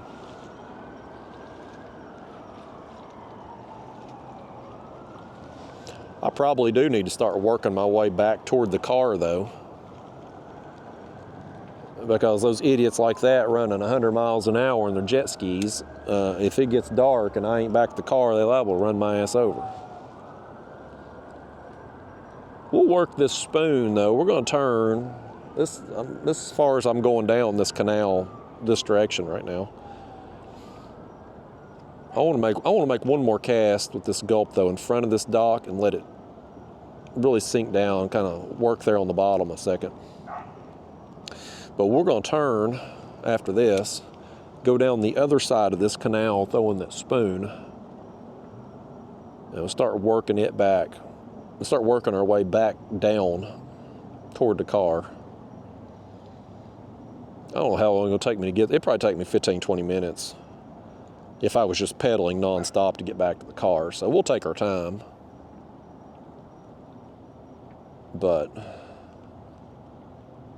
just want to see what we can do on the spoon right here at the witching hour. I mean, the temperature's dropping. I can feel the temperature dropping out here. Of course, I come down here in flip-flops. I saw the weather report. It was going to be in the 50s in the mornings. I'm like, I ain't carrying no damn shoes with me to Florida, man. We're flip-flopping it. So my feet's going to be cold in the morning. But I'm not going to get out there at sunrise tomorrow. I'm going to wait until probably 9, 10 o'clock to go out. That way it can warm up a little bit. Plus, too, oh, there's Blondie again.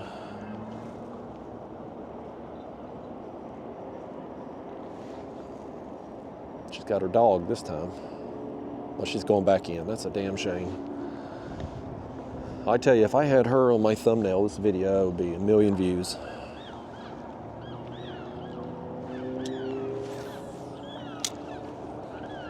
I thought that was a siren. That's a bird down there.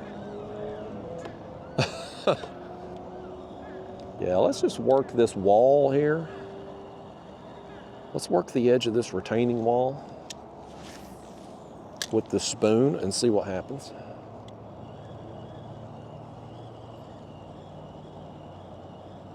This is right here at the time frame, right here at dusk, that I had kind of envisioned throwing that top water plug. Got him.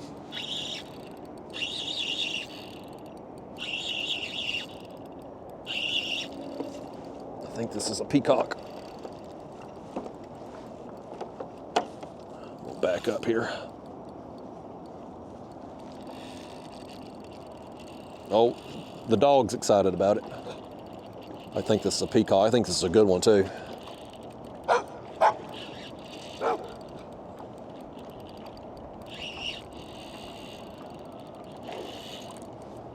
Yeah, this is a good one right here. Good peacock. Oh, come here, peacock. Got him. Yes. That's another good one on the spoon, man. This spoon is working out, buddy. I guarantee you, if we went around here and just spent a day working the spoon, man, there's no telling what we would catch, especially if it was good weather conditions. Oh, come on.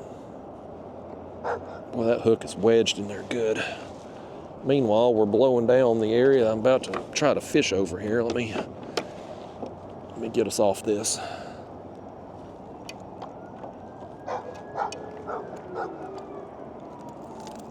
Yeah, shake it loose there for me, peacock. That fish wasn't coming free for nothing. I'm gonna have to get the pliers on it. I don't want to bend my hook. Old sumo spoon getting it done on the peacocks, folks. Look at that, man. Dare I get another picture, folks? Let me stick him in the net there. Let me set y'all up here again. I'm gonna mess up this camera, folks. Oh, we got water lens. We got watermarks on the lens. It don't look like it's showing up on the video though. Y'all gotta holler at me when we got watermarks. Let me set y'all up here. Bear with me a second, man. I want to get a picture of this fish.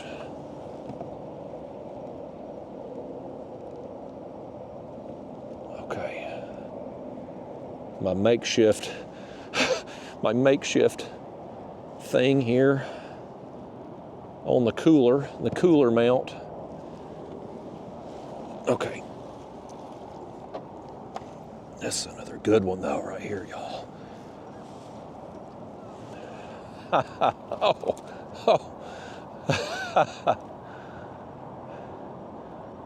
All right, I'll get a screenshot of that. Nice. All right, buddy, we'll see you. Yes, y'all. Spoon worked perfectly like I had hoped. Let me get the camera situated back and get y'all wiped off there. You got water all over the lens. Yeah, folks, this spoon, man, I just thought, why wouldn't it work? Why wouldn't it work on peacock bass? And boy, it is.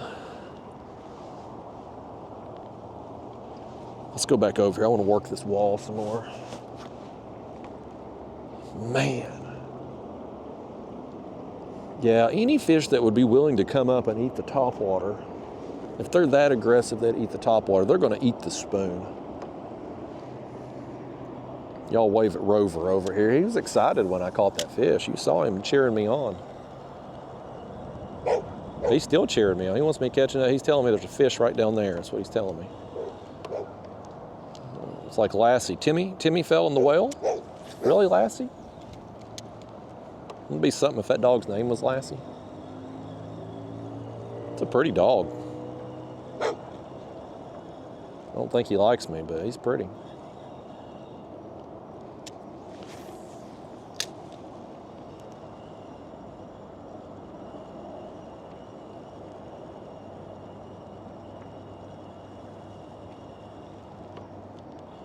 Something popped up on my screen there. My camera battery's about dead. We ain't got too much longer of it. I think my microphone battery's maybe about dead. I used it earlier. I tried filming when I was down there in the Everglades. And so I switched out my camera battery before I come up here, but my microphone, I wasn't able. It's a rechargeable battery, so it's not like I can switch it out. So we may lose the Fancy Pants microphone in a minute. We may lose it before we lose the camera battery, although it's about dead now too.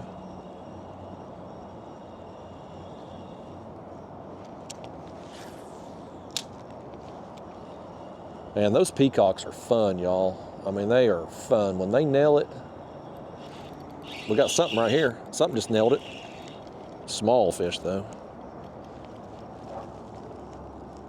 Tiny peacock right there. There's some peacocks right here on this wall. I've got to hit this again. Here's what I think I'll do. I'll go out tomorrow. I'll check out the intercoastal. We'll see the weather. See how bad the wind is. If we can fish it, we'll go try. I'll try it for an hour or two. If I'm not getting bit, then I'll come back over here. And even if I do get bit tomorrow and I end up fishing in the intercoastal, I'll maybe come out here Saturday before I pick up my girlfriend from the airport. Because I'm going to have a few hours there in the morning, Saturday morning, before she gets in town, so. I'm going to try to hit this again for sure. I've had too much fun today. I want to see what all we can catch on the spoon. I'd kind of like to, we'll see how I feel on the way back, because I've got to come up this way next Saturday to drop my girlfriend back off at the airport. And so I may just swing over and hit it then too if the weather is appropriate.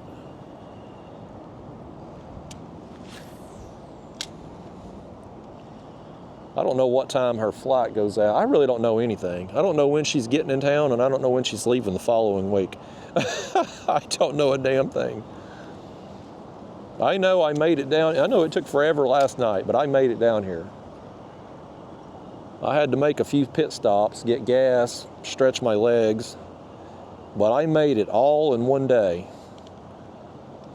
So we're here. We're here, by gosh. We're here for the next 10 days. I'm looking forward to it. I hate getting, the part of traveling I don't like is the actual traveling. Once I'm there, once I'm somewhere that I can call home for a short period of time, I enjoy myself. It's getting from my actual home to the place I'm going. That's what I don't like about traveling. Well, that, and I have to spend a bunch of extra money, which I hate doing that, obviously. Oh, something's hitting right over there. Something's hitting right over there. They're busting. Something was busting right over there by that retaining wall. I'm gonna blow right past it.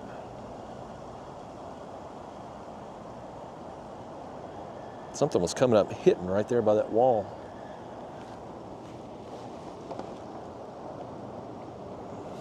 Just run over here real quick, make a cast or two.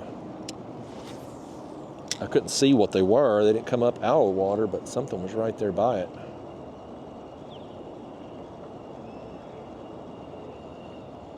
I guarantee you this though, folks. If we really work, gosh dang it, I made a terrible cast. Now I'm right up on the spot. Dadgummit. Let's turn and keep going. We done blew up on where we was trying to fish. Now I got water all over the lens, didn't I tell you? Maybe it's on the back of the lens I'm looking at. I don't know. I got water all over something, damn it. We got a line all messed up here. Boy, we got something going on all the time. But I guarantee you this though, folks. If you and I come down here and we just threw this spoon, just beating the banks all the way around, both, and if we spent a whole day at it and went around the whole lake, both the upper and lower part, I guarantee you we'd be catching fish. I guarantee you we would. I mean, with the poor as the conditions are today, for us to have gotten the peacocks that we have, I think on a good weather day, if we did this right here, I think we could tear them up. And I don't know really what kind of lures people typically throw down here for peacocks. You know, a few years ago, I fished with Dennis and Rob. You know, they've got YouTube channels and stuff. I'd met them online and fished with them down here, and I know Dennis does a lot of peacock fishing, and he was using jigs and working on kind of an erratic method, which this spoon basically creates just by swimming. It creates an erratic swimming motion. But he was working those jigs very erratically, and of course he had other bass lures, topwater, stuff like that. And most of the guides down here, like if you book a guided trip for peacock bass, you're going to be using live baits, live shiners. So I don't know, the spoons may be a bait that some people use down here, but it seems like it would work well, and we've gotten success with it today, and it's such a simple lure. It comes through weeds pretty good. You're going to pick up weeds, you know, straggler weeds here and there, but I mean, when you're working over the top of these weed beds and weed line stuff, like it's going to come through that pretty well.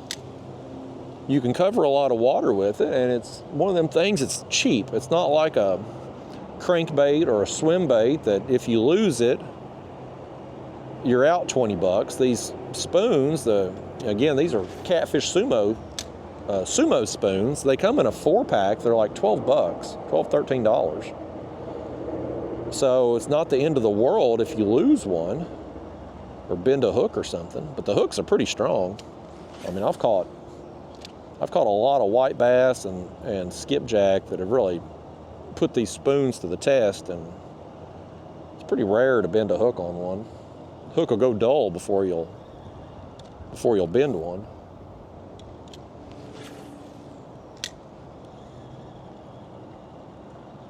Lord, them people in there already got their daggone Christmas tree up. We've picked up a weed right here. We've got a whole clump of weeds. If y'all hungry, there's your salad. By gosh, yeah, I think they've got 2 Christmas trees, or maybe I'm seeing the reflection off the window.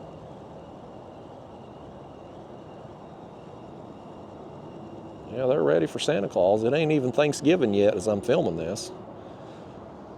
We're spending the week of Thanksgiving in the Keys. That's my girlfriend's birthday is Sunday. And her job, she's off on Thanksgiving and the day after anyway, so she only had to take 3 days vacation to be able to come down here. So it really worked out. It's really, and it covers her birthday too, so it's really very convenient, the timing. We'd come down last year on the same week, Thanksgiving week, but her birthday was on Thanksgiving last year, I think, the day before. I can't remember. Usually her birthday falls around Thanksgiving. This year, Thanksgiving's a little bit later. Her birthday's the 24th, but I can't remember what day Thanksgiving's on this year. 28th or 29th, something like that, I think.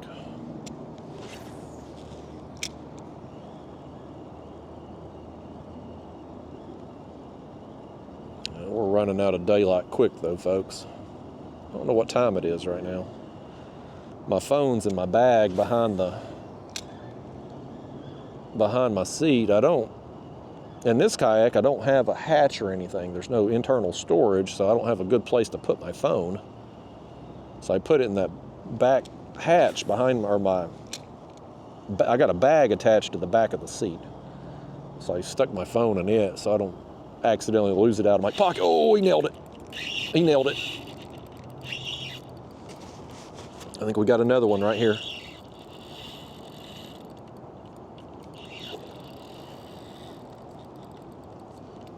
Oh, I gotta back up, man. This thing's got me moving quick. Between the fish and the wind, I was booking and cooking it down through here. Yes, another one. We got some peacocks with the Gulp, but boy, the quality has went up a little bit on the spoon.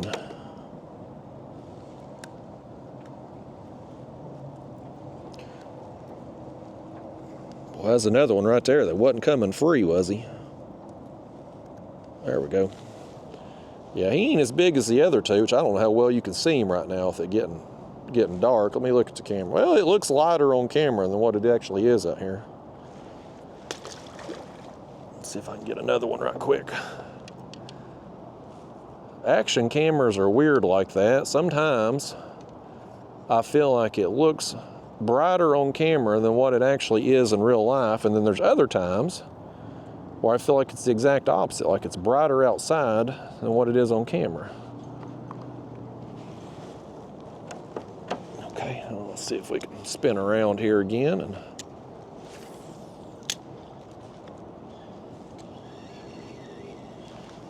yeah, I can see these weeds right here sticking out. We get near that weed line, I think we got a chance at some fish, man.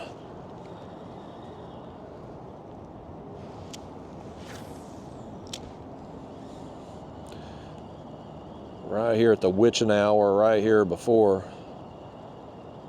sunset. Well, I guess sunset's already technically happened, but still, you know what I mean. Right here at the last little bit of light at dusk.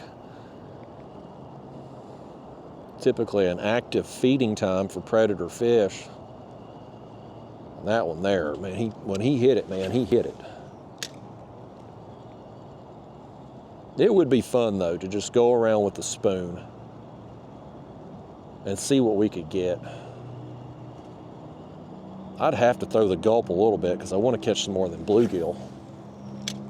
But it would be fun just to see, just to spend some time just cruise the shoreline, beat the banks, and see how many peacocks we could get with the spoon.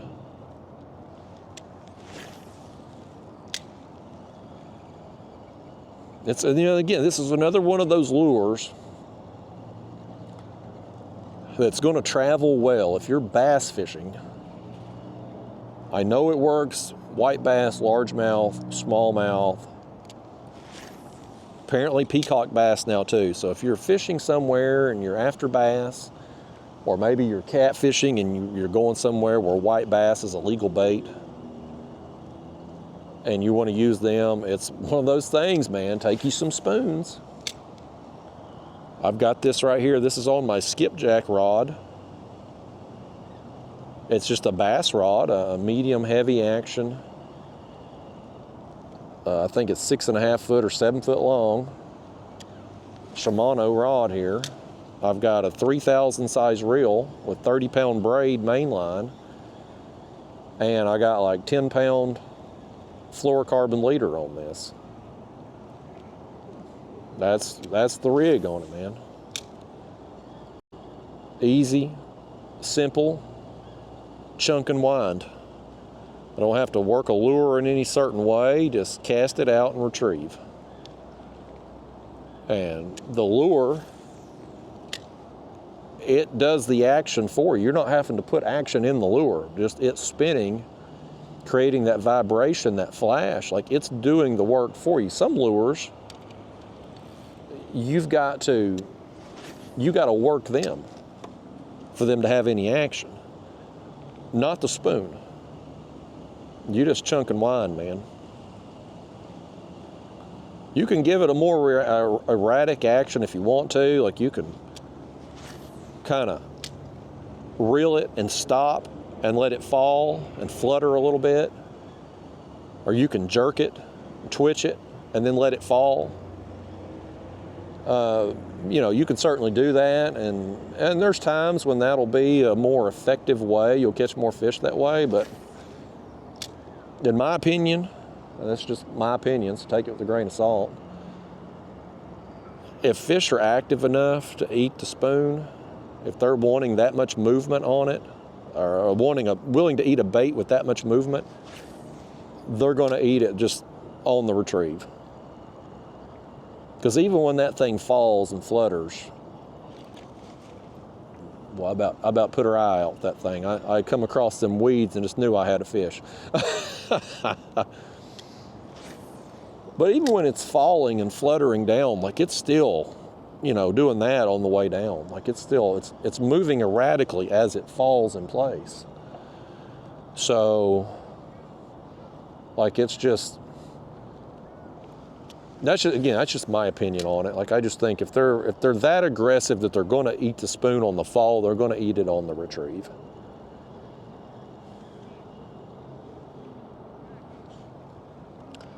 I think I'm going to, here's what I'm going to do, folks. This may not catch us anything, but we're going to try it for a minute here because I need to go this way to get back toward the car. I'm going to get away from the bank here. We're going to cast this spoon out. I'm going to troll this spoon behind us as we move along. Let me get our ultralight out the way. Let's just troll this for a second to get over here to the other side, and we're going to start casting again once we get over here where the land comes back out. Y'all just admire what's left of the sunset over there. Beautiful sight. Most of the time you see me filming sunrises, not sunsets, so it's nice to see one when we get one. I don't know if we're going to get anything. We may have just picked up a weed, actually. Nope, I feel a spoon moving. Worth a shot, though. I don't know if we get anything out here in this open water or not, but if there was something out here roaming around, a school of something, we've certainly got a chance at it, just trolling across. Lord knows I catch a bunch of fish trolling these spoons back home, like white bass and skipjack and stuff. So it's possible. I wish I knew what time it was right now. I need to get my phone. Need to know what time, whatever time sunset, there's the official sunset that you get on the Weather Channel, and then there's the time when there's no light left. We're getting close to the time where there's no light left, and that would be helpful to know for this week.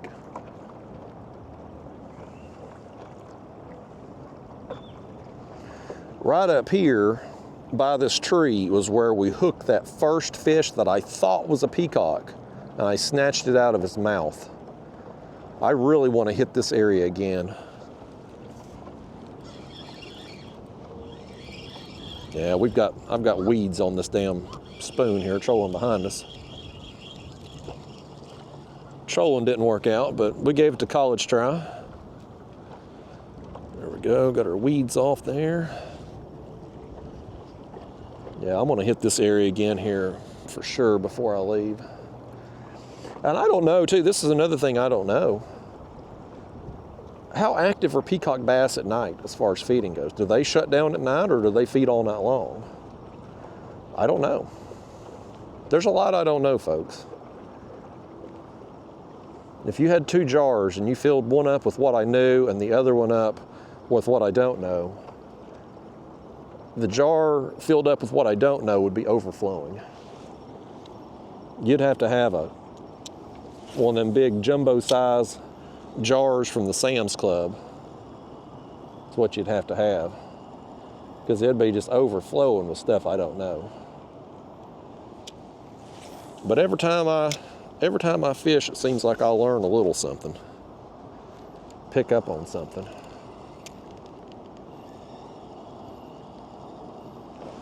I'll stand up again here and make some casts. I'm seeing down in my camera right now, and it looks like it still looks fairly light on the screen, but it's getting dark out here, folks. I just want to make a few more casts here by this tree and see if we can bust something, and then I'm gonna have to skedaddle because I've got to go across the lower lake there to get back to the car. God help me if one of them jet skiers going by 90 miles an hour. I just don't understand. I talked about this last year or the year before. But if you got a jet ski, why the hell would you want to bring it here? There's nowhere you can't do what that jet ski's made to do in these small canals. Like, they're just, the lake section of Lake Ida here is not big enough to really run them things. And if you go 90 miles an hour down these tiny canals, you just look like an idiot. And that one guy, he did look like an idiot. He had them shades on, looking like Jose Canseco in 1988 when he was the Bash Brothers. And Jose Canseco was cool back then, but it was 1988, and we're in 2024 now. So those days are long gone.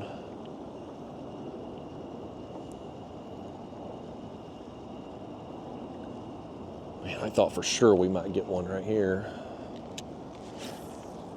Since we got hit there earlier, we knew there was some here.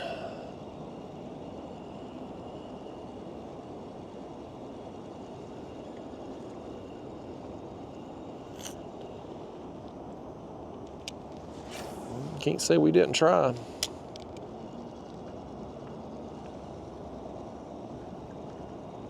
Work down just a little bit further here on this bank, and then I'm gonna have to call it a night, folks. I'm definitely not gonna go look for my camera mount tonight. I'm not gonna make the hour, because I don't want to drive an hour and a half down, an hour and a half back, so that's out. I will go tonight, if it's not in my car, I will try to find a Walmart and see if I can come up with something, some kind of monopod or something I can screw into that. See if we can improvise something. I need to go to Walmart anyway, because here's something I realized I forgot on my way down here. I remembered my aerator, for my bait bucket, but not the one that I plug in. I got my portable one to bring out on the kayak in my bait bucket, but the other one I've got like an aquarium aerator type thing that I plug in my bait bucket once I get home. Left it at the house and realized it when I was about 2 hours away. So I gotta stop and get me one. They're only a few dollars, so it's not a big deal. But I gotta find a Walmart to get it at, or a pet store. So I'll probably go to Walmart, that way I can look for the camera thing, get the aerator, and I may look at their toy department too. Hell, they might have a wrestling figure or something I need.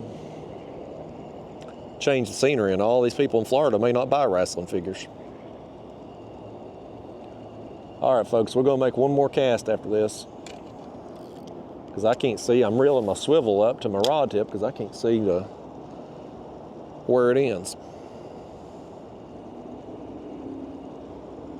I don't know how many fish we ended up with. It wasn't a 100 fish day, but it was pretty cool getting that crappie right off the bat, and then of course we got some more crappie. The copper-nosed bluegill, what I wouldn't give to have those at home. Holy cow. Man, if we had copper-nosed bluegill at home, oh buddy, I'd spend so much more time ultralight fishing. But very cool to get those, the exotics, the peacocks, man. It's been a fun afternoon out here. I love Lake Ida. This place is amazing. Every time I come here, I have a good time. I love it. But we're out of daylight, so I'm gonna head back toward the car if I get my words out, and go find a Walmart, maybe a Home Depot, try to rig up our camera mount, get a good night's rest. I'll probably go check out the Intercoastal in the morning sometime, take our bait there that we've got and see what happens. You may see, if we catch fish, we'll do a video. If we don't catch fish, well, I don't know what you'll see next. Maybe another trip here, maybe a trip in a canal somewhere else. We're gonna have to hide from the wind. The wind is supposed to slack off once I get down to the Keys.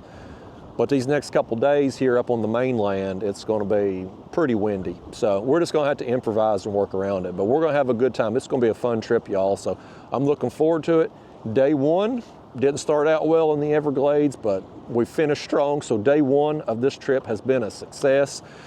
I'm looking forward to the rest of the trips this coming week. So we're gonna have a good time, y'all. But anyway, I'm gonna put the camera up, start making my way back through this little canal here down the second part of the lake and get back to the car, and I will see you all the next video. No matter, I don't know what we're fishing for, but by gosh, the next video, unless I die tonight, and I sure hope I don't, the next video's coming in a few days. I'll see you then.